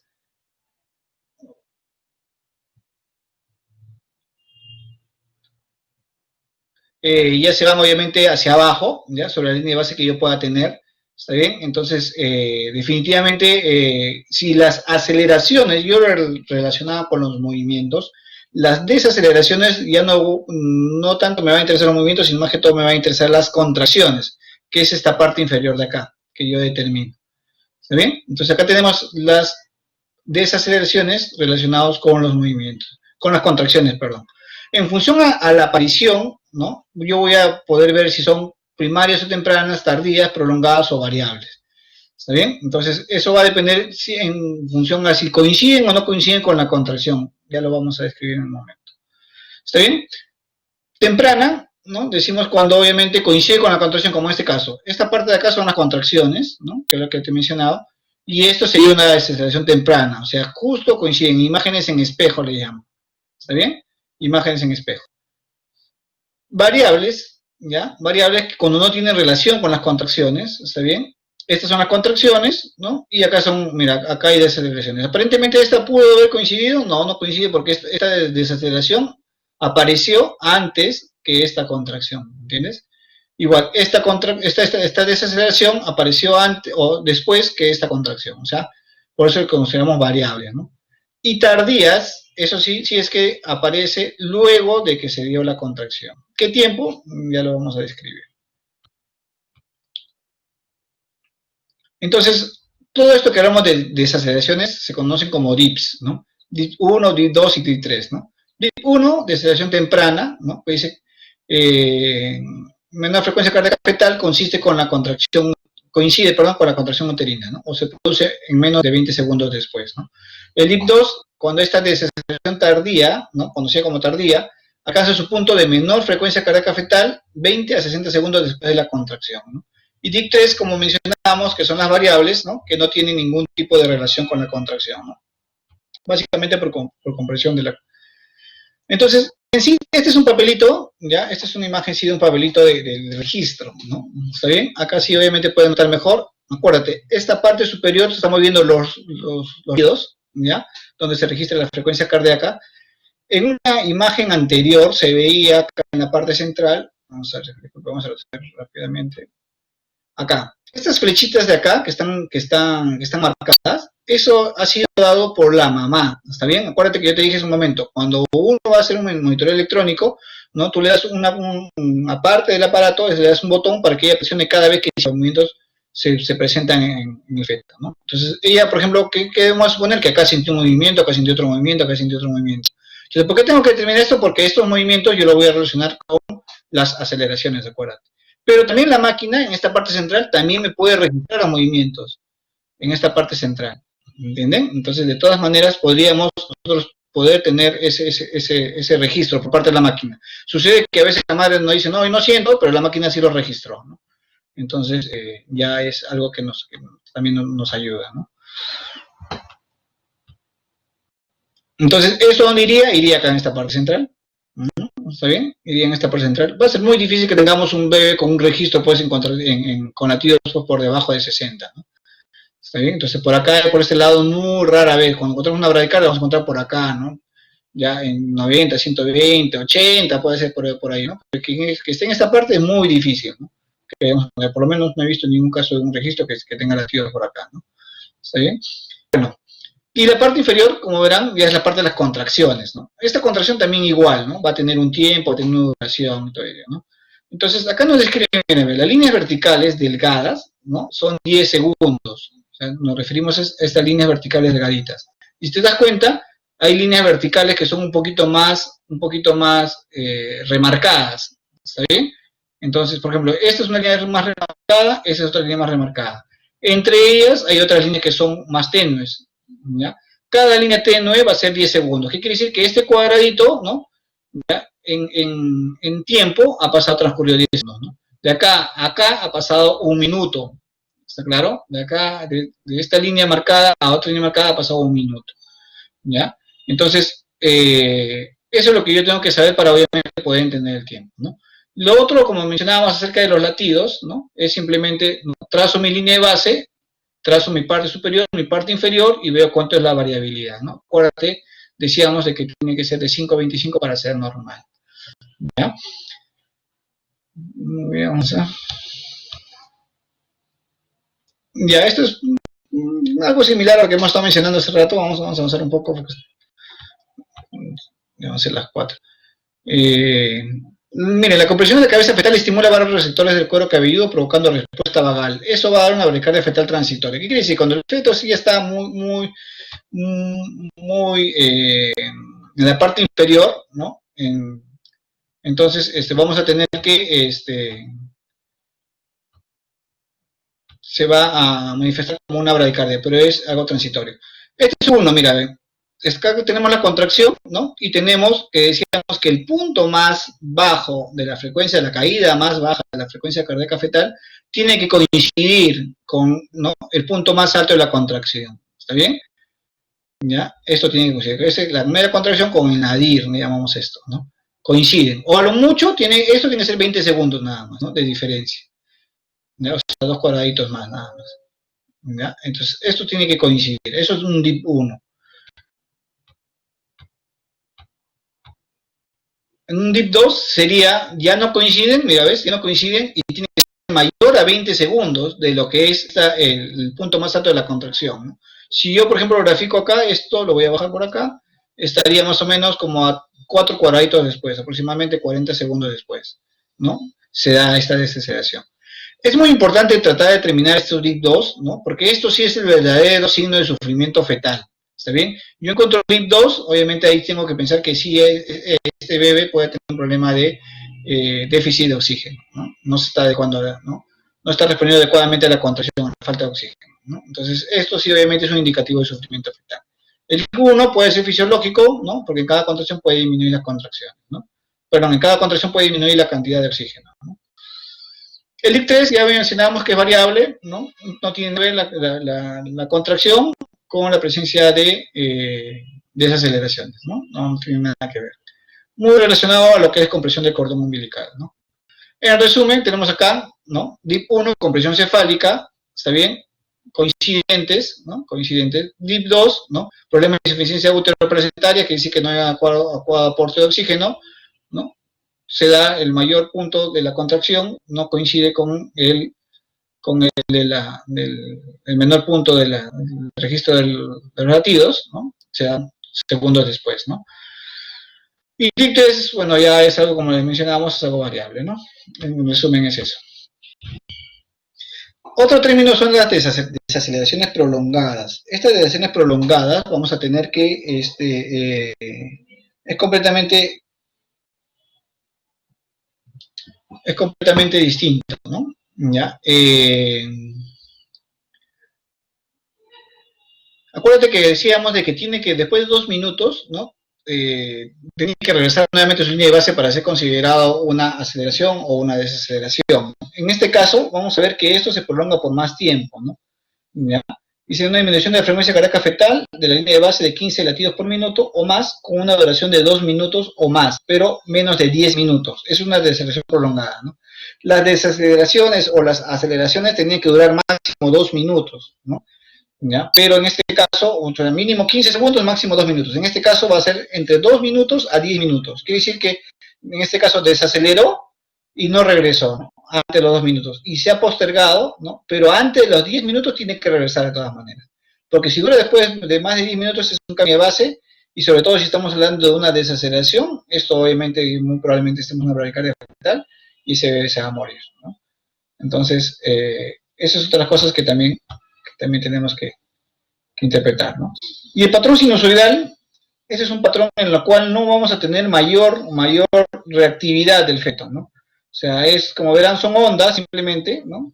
Son ondas en las cuales obviamente ya no hay variabilidad, no hay aceleraciones, no hay desaceleraciones. No piensen que porque esto se va hacia arriba es una aceleración o desaceleración, no, sino más que todo esto, como dice ISO, es un patrón ondulado, ¿ya? Con una frecuencia de 3 a 5 ciclos por minuto que persiste por más de 20 minutos. Eso también es un patrón ominoso, en el cual nos habla de un problema mayor, ¿no? ¿Cómo vamos a interpretar una prueba no estresante cuando vamos a decir que la prueba es reactiva o no reactiva? ¿Está bien? Primero tenemos que trazar que la línea de base tiene que estar entre 110 a 160. Vamos a registrar o tenemos que encontrar por lo menos 2 movimientos fetales en eventos, ya sea que la madre lo describió o ya sea que lo encontró en la máquina, ¿no? Vamos a encontrar también aceleración en la frecuencia cardíaca fetal, ¿no? Por los movimientos, que son 15 latidos más o menos, acuérdate por definición, 15 latidos por minuto, ¿no? Por 15 segundos, ¿no? O sea, tiene que aumentar más de 15 por 15 segundos o más, o hasta 2 minutos, nada más, ¿no? Y ausencia de desaceleraciones. Eso es una prueba reactiva. Quiere decir que un bebé está en buenas condiciones, ¿no? No reactiva, cuando tenemos un trazado de 40 minutos, ¿no? Sin movimientos fetales, hay ausencia de aceleraciones con los movimientos, variabilidad disminuida o ausente, y la frecuencia cardíaca basal puede ser hasta inclusive normal, ¿bien? O sea, no porque estemos dentro del relativo normales quiere decir que necesariamente tiene que ser reactiva, no, sino basta con que existan estos parámetros como para poder decir que es una prueba no reactiva, ¿no? ¿Cómo se hace el test estresante? La paciente está de cúbito lateral izquierdo, tengo que estar tomando la función vital cada cierto tiempo, ¿no? Vamos a colocar el aparatito que esté de acá, ¿no? Es el tocodinamómetro, ¿ya? Donde en sí vamos a tener básicamente 2 tipos de sensores, ¿no? Uno en el cual va en el fondo uterino, ¿ya? Donde me va a percibir obviamente la intensidad de la contracción, y es lo que me va a registrar en la parte inferior, ¿no? Y el otro que es lo que me va a registrar los latidos, ¿no? Entonces, luego de haber hecho mi maniobra de Lopor y haber visto más o menos cuál es la ubicación del bebé dentro del vientre materno, tengo que colocar esto tengo que colocar esto en el sitio donde pueda escuchar los latidos, ¿no? Y obviamente me permite el registro, ¿no? Todo esto va unido obviamente a un registro, y definitivamente ya me comienza a registrar la hoja que hemos mencionado hace un momento, ¿no? Que lo hemos visto. La otra prueba es el test estresante. El test estresante, básicamente, ¿qué voy a hacer? Voy a colocar oxitocina y voy a simular. Voy a simular un trabajo de parto. Voy a hacer que tenga contracciones uterinas, por lo menos que tenga de 3 a 5 contracciones en 10 minutos, ¿no? Con la intención de simular, como les repito, un trabajo de parto y ver qué sucede con el feto, ¿no? Cómo responde a ese estrés, a esa presencia de contracciones uterinas, ¿no? Se hace similar a una inducción, probablemente cuando hayan hecho la clase de inducción de trabajo de parto, le hayan explicado cómo se hace de una forma similar. Acá no voy a querer que haya dilatación, lo único que voy a buscar simplemente es que haya contracciones nada más. Una vez que haya contracciones, ¿no? Voy a comenzar a registrarlo, ¿no? Para ver qué cambios ocurren, ¿no? ¿Ya? Como dice, deben ocurrir 3 contracciones espontáneas de 40 segundos o más en 10 minutos, ¿no? Y acá voy a hablar de prueba negativa o prueba positiva, ¿no? ¿Está bien? Negativa, obviamente, porque quiere decir que no es que no hay ninguna alteración, buen estado fetal, ausencia de DIP2, ¿no? 1 o 2 DIP2 pueden prolongar la prueba, ¿no? Si es que apareciera 1 o 2. Prolongar en tiempo, ¿no? ¿Está bien?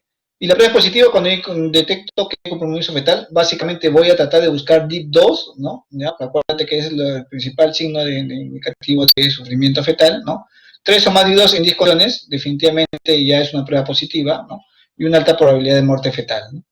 Entonces, para eso me sirve, para yo poder más o menos tratar de predecir qué va a suceder en un trabajo de parto en un determinado paciente, ¿no?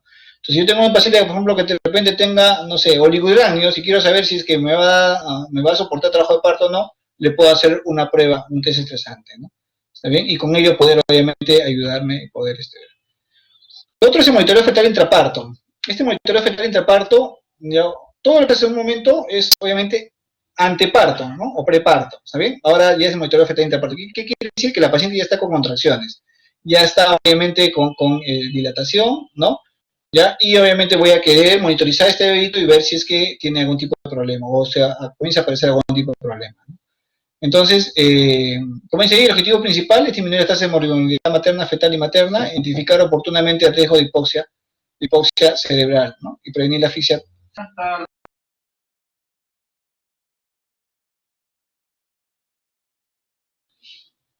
¿Ya? Entonces, acá básicamente, ¿qué tengo? ¿No? Voy a tener el monitoreo de la frecuencia cardíaca fetal, y este monitoreo puede ser electrónico continuo, con el mismo aparato que hemos visto hace un momento, ¿no? O puede ser una ocultación intermitente, ¿está bien? O sea, ¿qué quiere decir? Que cada cierto momento yo voy a estar escuchando, ¿no? ¿Ya? Con mi pinar o con mi estetoscopio, ¿no? Puedo medir el pH sanguíneo de cuero cabelludo fetal, ¿no? Con la intención de determinar como signo de sufrimiento también, que lo habíamos mencionado, o puedo hacer una oximetría de pulso fetal, ¿no?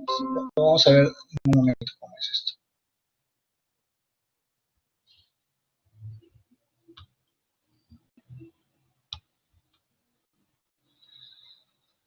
Para la ocultación intermitente, ¿qué tengo que hacer? Bueno, se requiere una relación asistencial de 1 a 1. ¿Qué quiere decir? Que yo no tengo que cargar solo con mi paciente, nada más, ¿no? Quizás eso es, digamos, una de las desventajas, ¿no? ¿Está bien? No es apropiado en pacientes con alto riesgo, como dice RCU, preeclampsia o diabetes mellitus tipo 1. Cada 15 a 30 minutos en fase activa o en la primera etapa del trabajo de parto, cada 5 minutos en la segunda etapa, ¿no? ¿Ya? Entonces, ¿qué quiere decir? Que acá yo tengo que estar escuchando latidos constantemente, ¿no? Constantemente. Y eso obviamente es un poco tedioso, ¿no? ¿Ya? Entonces, simplemente busco dónde está el bebito y escucho latidos, nada más, ¿no? Y luego obviamente lo registro. En el partograma, que obviamente pues ustedes también ya han visto, ¿no? Cuando hago un monitoreo electrónico continuo, que es lo mismo que hemos visto hace un momento, ¿está bien?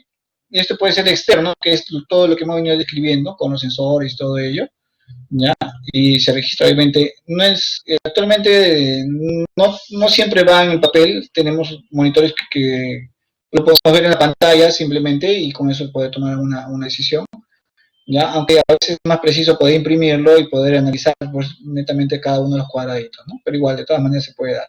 El monitoreo interno, que es otro, monitoreo también electrónico fetal, ¿ya? Esto ya es completamente distinto a todo lo que hemos venido mencionando, simplemente se lo pongo acá como para que sepan que existe, ¿ya? Ya no van los sensores, como verán, sobre la pared abdominal, sino, mire, entra un sensor, ¿no? Que va ya directamente hacia el cuero cabelludo, ¿no? Acá se coloca como un filamento, ¿no? Que es acá, como es como que lo hincas a bebito con esto de acá y comienza a registrar, pero es un registro ya de una electrocardiografía, ya no es un registro de latidos, de contracciones, no, ya es un registro completamente distinto, ¿está bien? Entonces, eso, como dice acá, es un electroencefalograma fetal, ¿no? Y es completamente distinto, ¿no? Son otros tipos, sino que no lo usamos pues, frecuentemente, ¿no? Ahora, ya, cuando tenemos monitoreo fetal interparto, también lo mismo, vamos a tener una línea de base normal entre 110 y 160, taquicardia mayor a 160, bradicardia menor a 110, una variabilidad, ya hemos mencionado, normal de 5 a 25, cuando es ausente quiere decir que no es detectable, ¿no? Mínima si es menos de 5 latidos por minuto y marcada cuando es más de 25, y vamos a tener periodos de aceleración y desaceleración, ¿no? Todo ello dentro del monitoreo fetal, ¿no? Ahora, la otra prueba es la determinación bioquímica del pH, ¿no? Entonces, acá sí, obviamente, lo que vamos a hacer es tomar una muestra del cuero cabelludo, ¿no? Y vamos a analizar, pues, el pH que tenga, ¿no? ¿Está bien? Eso es ya directamente tomar una muestra de esa manera y el feto, ¿no? Para eso, obviamente, pues, tiene que estar rotas las membranas y todo ello, ¿no? ¿Cómo lo vamos a interpretar? Cuando es más de 7.5 el pH es considerado normal, cuando tiene entre 720 a 725 es patológica, no puedo asegurar que haya un sufrimiento, pero tengo que tener mucho cuidado. Y si es menos de 720, definitivamente es acidótico patológico y ese bebito se puede morir, entonces necesariamente que lo tengo que sacar lo más pronto posible, ¿no? ¿Está bien? La oximetría de pulso es otra prueba, ¿ya? Acá básicamente lo que vamos a ver ya es la concentración, ¿no? de oxígeno, ya la saturación, perdón, de arterial de oxígeno, ya en la sangre fetal, y para ello obviamente tendría que llegar a tomarle un vaso, pues, de vaso fetal, ¿no? ¿Ya? Destaca la cantidad de oxígeno disponible para el metabolismo fetal, ¿no? Una saturación inferior al 30% por más de 10 minutos es indicativo de pérdida de bienestar fetal, ¿no? El monitoreo fetal de interparto va a tener categorías, ¿está bien? Vamos a ver la categoría 1, por ejemplo, ¿no? Entonces cuando tenemos una frecuencia cardíaca fetal entre 110 y 160, variabilidad moderada, excesos tardíos o variables ausentes, desaceleraciones tempranas presentes o ausentes y aceleraciones presentes o ausentes. ¿Qué quiere decir? Que es una categoría normal, ¿está bien? Acá no hay ningún problema, ¿no? Categoría 2, cuando ya puede haber, como dice, bradicardia, sin disminuir la variabilidad, taquicardia también igual, o sea, ya comienzan a aparecer algunos signos que nos pueden orientar a que hay algún tipo de problema, ¿no?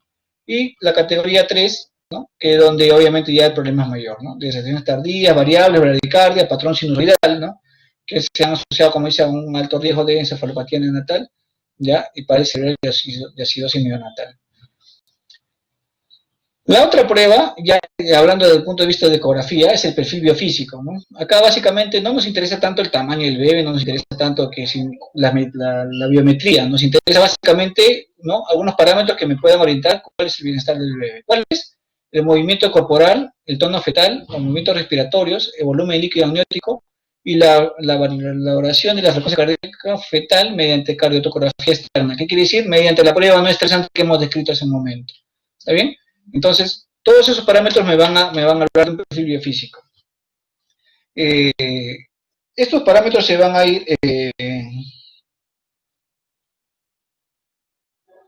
estos parámetros se van a ir alterando, ¿no?, a medida que va pasando, obviamente, van pasando las horas o grado de compromiso, ¿no? ¿Está bien? Inclusive hay toda una secuencia de alteración del bebé, ¿no?, en función obviamente, al grado de compromiso que pueda tener, ¿no? Primero se van a abolir los movimientos respiratorios, luego se abolen los movimientos corporales y finalmente el tono fetal. ¿Está bien? Entonces, primero, el bebé deja no de respirar, ojo, acuérdate que hemos hablado de movimientos respiratorios, que son movimientos que lo hacen en forma intermitente, ¿sí? ¿Ya? Luego se vuelven movimientos corporales, que dice que el bebé ya deja de moverse, ¿no? Y finalmente el tono fetal, en lo cual obviamente, acuérdate, ¿no?, ya no puede abrir y cerrar su mano, sino está probablemente en una hiperextensión, ¿no? Y tenemos una valoración de la frecuencia cardíaca fetal mediante cardiotocografía, que acuérdate que es el test no estresante, ¿no? ¿Qué quiere decir? Que para ser comprometido acá vamos a tener que tener un feto que no sea reactivo, ¿no? Ya. A ver, vamos a ver. Bueno, el inicio, como dice, el momento de inicio para el control fetal vendrá indicado una vez alcanzada la viabilidad fetal por la patología materno-fetal, ¿no? O sea, va a depender en qué momento yo diga, ¿no? ¿Sabes qué? Vamos a hacer este examen o no para ver si el bebé está bien o no, ¿no? La periodicidad va a ser embarazo de bajo riesgo, se emite una vez por semana, y obviamente cuando es de alto riesgo puede ser inclusive diario, ¿no? Dependiendo qué tan comprometido pueda encontrar el bebé, ¿no? ¿Está bien? ¿Cómo se ejecuta esto? Se ejecuta vamos a tener, cada una de estas variables va a tener, o sea, vamos a dar un puntaje, el puntaje máximo va a ser 10, el puntaje mínimo va a ser 0, ¿no? Y vamos a tener de 0 a 2 puntos, nada más. ¿Está bien? Entonces, ¿qué resultado vamos a tener? Vamos a tener, por ejemplo, 10 sobre 10, ¿no? O 8 sobre 10, ¿no? Vamos a tener 6 sobre 10, o sea, no, sí, pero siempre van a ser números pares, ¿entiendes? Nunca van a ser números, por ejemplo, no puedo encontrar un perfil físico sobre 10, ¿no? Eso no es razonable, ¿no? Los puntajes son o 0 o 2 nada más, no hay puntaje 1, ¿ya? Entonces dice, los resultados indicadores de ausencia de asfixia van a ser aquellos que tengan 10 sobre 10, 8 sobre 10, que tengan líquido amniótico normal. O sea, cualquiera de estos con líquido amniótico normal, ¿no? No va a haber asfixia, ¿no? Y si tengo un 8 sobre 8, sin test no estresante. ¿Qué sucede? Que a veces, pues, tenemos el ecógrafo, porque esto todo lo hacemos por ecografía, ¿ya? Y no tenemos un monitor, ¿no?, un cardiotocógrafo. Entonces, ya tenemos que limitar nuestro perfil biofísico básicamente a 4 parámetros. Ya, obviamente, obviar el último, ¿no? Entonces, ahí ya ponemos el puntaje 8 sobre 8, sin considerar, obviamente, el test no estresante, ¿ya? Resultados con diversos grados de asfixia van a ser 8 sobre 10 con líquido amniótico disminuido. El líquido amniótico va a ser un marcador crónico. ¿Qué quiere decir? Que si yo tengo líquido amniótico disminuido, quiere decir que ese bebé tiene un problema ya de varios días, varias semanas, ¿no? ¿Ya? Y todas las menores a 8 tienen un cierto grado de asfixia de todas maneras, ¿no? O sea, puntaje 6, 4, ¿no? 2, ¿no? Definitivamente puedan estar. ¿Ya? Entonces, acá básicamente es algún resumen de cómo es las valoraciones, ¿ya? Y la interpretación que vamos a dar según el puntaje que pueda tener, ¿no? Con líquido normal o líquido normal, y qué es lo que tengo que hacer, ¿no? Para poder, obviamente, manejar este tipo de problemas. Vamos a avanzar un poco, me falta todavía regular, ya. Puntaje 4, 2, 0, pues obviamente pues son puntajes malísimos, ¿no? Alta probabilidad de asfixia fetal, certeza de asfixia fetal, y lo que tenemos que hacer lo más pronto posible es culminar la gestación, ¿no? ¿Ya? Hay un perfil biofísico modificado, en el cual ya no hablo de los 5 parámetros, sino solamente uso básicamente 2, ¿no? Acá usa el test no estresante, ¿no?, como marcador a corto plazo del estado fetal, y usa el índice líquido amniótico como marcador de la función placentaria a largo plazo, ¿no? ¿Qué quiere decir? Que si el test estresante me dice que está bien y yo hago una ecografía y encuentro buena cantidad de líquido, simplemente digo que este bebito está bien. Y yo no necesito mayor análisis de movimientos respiratorios y todo lo demás, ¿no? ¿Ya? Y así que, si es que no me sale normal esto, ¿no? Alguno me sale alterado, y cuando no se cumple esto, se considera normal indicación para realizar pruebas de bienestar fetal.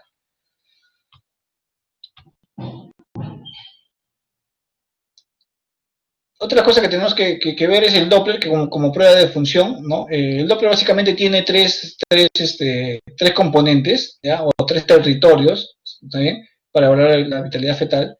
Podemos evaluar la placenta, podemos evaluar el feto y podemos evaluar la madre, ¿está bien? Entonces, el Doppler va a permitir poder indagar cada uno de ellos mediante determinados valores, y con ello poder yo predecir si es que tengo algún grado de afección, ¿no? Patología materna, como básicamente la preeclampsia, ¿no? Diabetes, ¿no? Algún tipo de coagulopatía, ¿no? Patología fetal es un RSIU, oligoangios, ¿no? Coriomionitis y así, diferentes tipos de patología. Ahí lo van viendo. Indicaciones, bueno, básicamente lo mismo. Mencionamos que el compartimento materno, ¿cómo lo vamos a manejar? Viendo las arterias uterinas, el compartimento fetal, viendo la arteria cerebral y el ductus venoso, ¿no? Y el compartimento placentario, básicamente viendo la arteria umbilical, ¿no? ¿Está bien? Cada uno de los vasos bastante descritos, ¿no? Con respecto a las arterias uterinas, ya probablemente esto ya hayan hablado bastante, ¿no?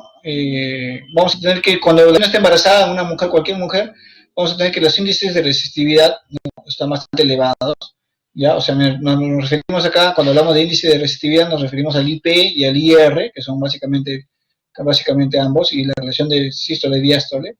La cincisura protodiastólica, o sea, vamos a encontrar marcado ese notch, ¿no? que es lo que lo caracteriza, ¿no? Está bien, una mujer no embarazada, ojo, ¿no? Cuando hay un embarazo, obviamente esto ya tiene que comenzar a desaparecer, ¿no? Hasta las 12 semanas todavía puede estar presente esta hendidura, ¿no? Este notch, pero a medida que van pasando las semanas, ya tiene que ir desapareciendo, ¿no? Como verán, de 12 a 22 semanas, ya a media diástole, y obviamente va desapareciendo ese notch, ¿no? 23 a 40 semanas ya no debería existir, cuando ahí hablamos de unas arterias uterinas adaptadas, ¿no? ¿Está bien? A todos los cambios que ha ocurrido, ¿no? Básicamente, ¿por qué? Porque, mira, estos son, obviamente, una arteria uterina, ¿no? Cómo va aumentando el calibre y va disminuyendo el grosor de sus paredes, con la finalidad de tener una mejor adaptación, ¿no? Y cómo va cambiando, como mencionábamos en los dibujos, en los gráficos anteriores, ¿no? Entonces, cuando hay una falla en este nivel, se puede dar, ¿no? Lo que conocemos como RSIU, ¿no? Como preeclampsia, también igual a preeclampsia o parto prematuro, y un abrupto placentario cuando ya es demasiado, ¿no? Cuando ya es muy exagerado, digamos, esta falla de invasión de tofoblastoma, ¿no? Y eso obviamente vamos a poder terminar con las arterias uterinas, ¿no? Cuando vamos a hablar de las arterias del compartimento placentario, vamos a hablar de arterias umbilicales, ¿no? Igual también, acá vamos a tener una serie de cambios a medida que va avanzando la gestación, ¿no? Miren, ¿ve? De la semana 0 hasta la semana, cómo es el gráfico, ¿no? Diástole 0, que es normal, ¿no? Y índice de resistencia también elevados, de resistividad, perdón. En la semana 16 de 25, cómo va cambiando la onda, ya va apareciendo la diástole, que vendría a ser esta parte de acá básicamente, ¿no? Va apareciendo la diástole. Ya. Y obviamente, pues, las 26 de las 40 semanas, pues, ya es completamente distinto, ¿no? Diástole presentes, índice de resistencia bajo. Condiciones normales, ojo, ¿no? Todas son condiciones normales, ¿no? ¿Ya? El compartimento fetal ya lo vamos a ver mediante la arteria cerebral media o el ductus venoso. ¿Está bien? La arteria cerebral media se va a ir afectando a medida que van pasando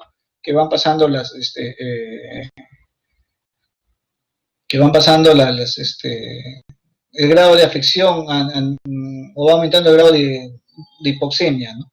Cambiando, ¿no? Entonces, el ductus venoso también es igual a otro de los vasos que también nos puede ayudar, ¿no?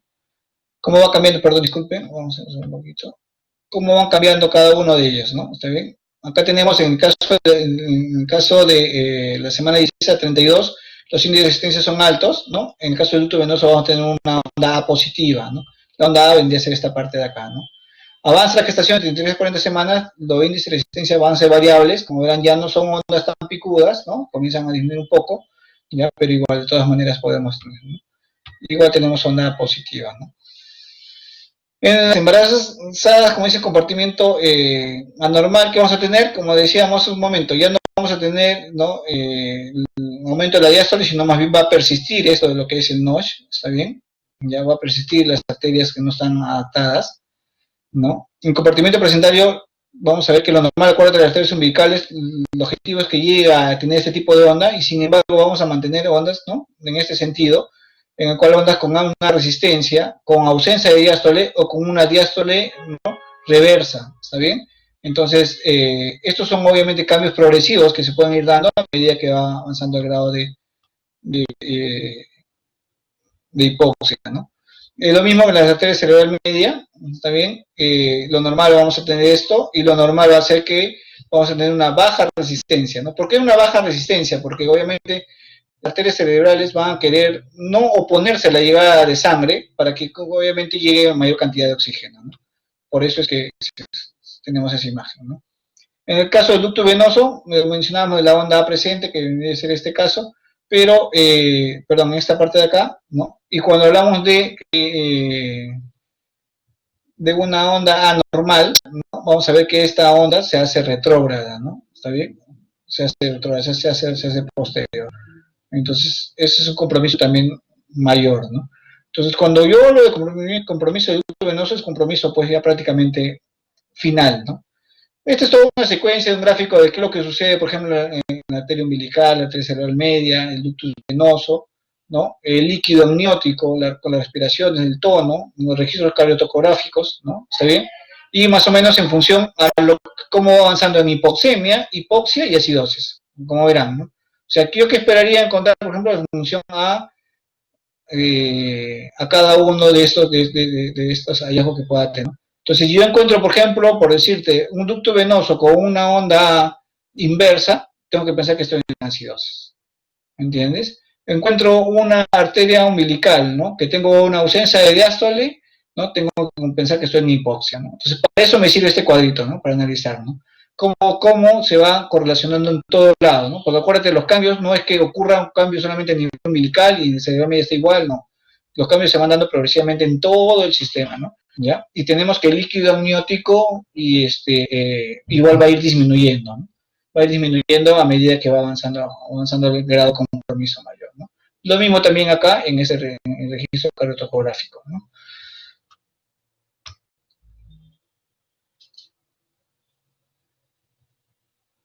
Entonces, cuando hablamos de marcadores crónicos, básicamente nos vamos a la arteria umbilical, ¿no? ¿Ya? Y obviamente también, como le mencionaba hace un momento, marcador crónico es la presencia de la cantidad de líquido amniótico, ¿no? Cuando hablamos de marcadores agudos, ¿ya? Básicamente nos vamos a referir, perdón, marcadores agudos básicamente nos vamos a referir al ductus venoso, ¿ya? Perdón, vamos a regresar un poco. Dentro de los marcadores crónicos también obviamente las modificaciones que es a nivel de la arteria cerebral media, ¿no? También son importantes. Y otra de las cosas que actualmente se usa bastante es la relación cerebro-placentaria.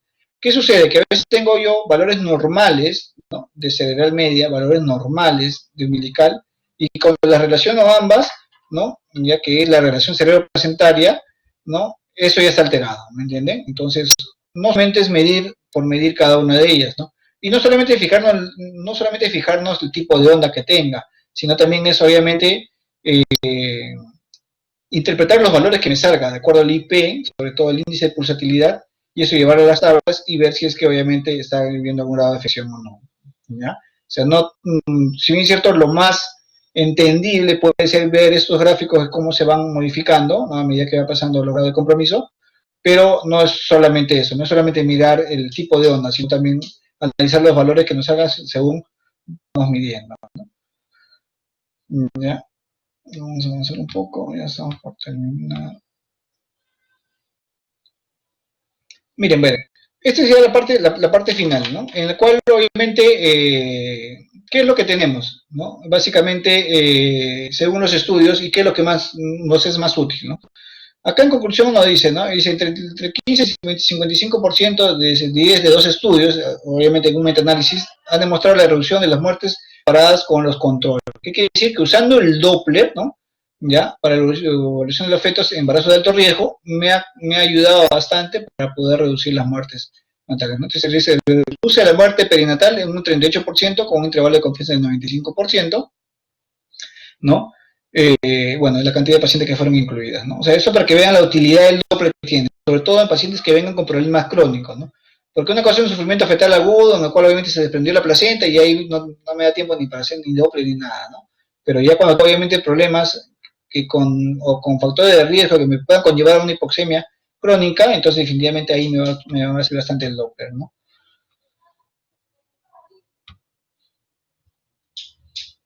Mírenme, esta es otra cosa también bastante, digamos, contradictorio, pero bueno, es lo que está escrito, ¿no? Tanta monitorización electrónica fetal continua, dice, versus la ocultación fetal intermitente, ¿no? Uno podría entender y podría decir, bueno, ya sí tengo mi monitor, le pongo el monitor, le pongo el aparatito, registro, veo la variabilidad y todas esas cosas, ¿no? Y con eso, pues, mucho mejor, ¿no? ¿No?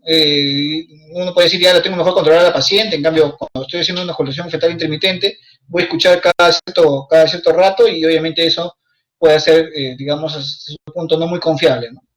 Pero cosa contraria, los estudios han demostrado completamente distinto, ¿no? Mira, dice, en relación a la comparación del monitoreo electrónico fetal continuo con la ocultación intermitente, 3 de los 2 estudios incluyeron a 37 mujeres, fueron realizados en Irlanda, ya, bueno, acá en el siguiente. Dice, en las mujeres con parto de bajo riesgo, ¿ya? Se encontró evidencia de que las mujeres con monitoreo electrónico fetal continuo tenían más posibilidades de presentar cesáreas por frecuencia cardíaca fetal anormal. ¿Qué quiere decir? Que tenía mi registro y como encontré un registro normal, los operé, ¿no? Obviamente por evitar el problema, ¿no? Pero ¿qué pasó después, no? Después obviamente nos dimos con la sorpresa de que el bebé nació en condiciones normales, ¿no? Entonces, acá lo que nos trata de decir es que el monitoreo electrónico fetal continuo incrementa, obviamente, ¿no? Las tasas de cesárea, ¿ya? Porque obviamente yo tengo un registro continuo y donde veo alguna alteración y ya obviamente pues cualquiera toma sus precauciones y decide terminar la gestación, ¿no? ¿Ya? Y dice parto vaginal posterior, y cualquier tipo de parto instrumental, cesárea, parto, ¿no? Entonces, esto comparado a obviamente, aquellas que simplemente hubo una ocultación intermitente, en la cual, como repito, escuchaste cada ciertos minutos, ¿no? Los latidos, nada más, ¿no? Dice, la tasa de operación cesárea fue más alta, ¿no? En todos los grupos, ya, de monitoreo electrónico continuo fetal, lo mismo ocurrió con los partos instrumentales, ¿no? O sea, fueron más altos, ¿no? 9 ensayos de monitoreo electrónico continuo de la frecuencia cardíaca fetal no disminuyeron la mortalidad perinatal, ¿ya? Y se asoció con un aumento significativo de la tasa de operación cesárea y de parto vaginales asistidos, ¿no? O sea, en conclusión, ¿qué me está queriendo decir? Que si yo hago un monitoreo electrónico continuo, ¿no? De los latidos, voy a operar más, pero igual, al final, no me va a disminuir la tasa de mortalidad, ¿no? O sea, al final se me van a morir los que se me van a morir, lo mismo, ¿no? Bueno, y en ensayo menor hubieron convulsiones fetales, ¿no? Entonces, según esto, las recomendaciones, ¿qué es lo que uno debería hacer mejor? ¿No? Él dice, el método de elección de vigilancia de salud fetal durante un trabajo de parto normal es la ocultación intermitente. O sea, hablar tanto de los latidos, de las aceleraciones, desaceleraciones, ¿no? Variabilidad, tanta cosa, al final me dice que yo termine escuchando mejor, ¿no? Cada cierto número de minutos con mi estetoscopio, los latidos y tener mi registro como siempre. Para no estar, pues, sometiendo más a cesáreas innecesarias, ¿no? Como muchas veces nos comentan, ¿no? ¿Ya? ¿Ves? En la mayoría de los partos sin riesgo elevado, el monitoreo electrónico dice, produce un mayor número de intervenciones innecesarias, ¿no? Sin beneficio para el niño, con el adicional de ser poco favorable para el padre, ¿no? Impidiendo además la libre elección de la posición adaptada a adoptar durante el periodo de dilatación, ¿no? Aumentando también además innecesariamente los costos de la atención, ¿no? Acá esto dice impidiendo además la libre elección de posición, se refiere básicamente a la posición materna, porque acuérdate, para que esté con el aparatito, tiene que estar en una posición determinada, ¿no? En cambio, cuando no tienes ningún aparato y la mujer está libre, puede caminar, sentarse, levantarse y todas esas cosas. Entonces eso obviamente pues es mucho más saludable para la madre, ¿no? Entonces, conclusiones, dice que existe un elevado nivel de evidencia de que el monitoreo electrónico fetal continuo reduce el índice de crisis convulsivas, ¿ya? O sea, obviamente eso a nivel fetal, ¿no? Neonatal, pero no tiene impacto sobre los índices de parálisis cerebral, ¿no? ¿Ya? Tanto el monitoreo electrónico fetal como la constatación intermitente son los métodos válidos y recomendables para el control del bienestar fetal durante el parto. Ojo que todo lo anterior, lo último que hemos mencionado de conclusiones, recomendaciones, estudios, son de partos de bajo riesgo. Partos de alto riesgo, obviamente de ahí la cosa es diferente, ¿no? Muy bien, creo que es la última.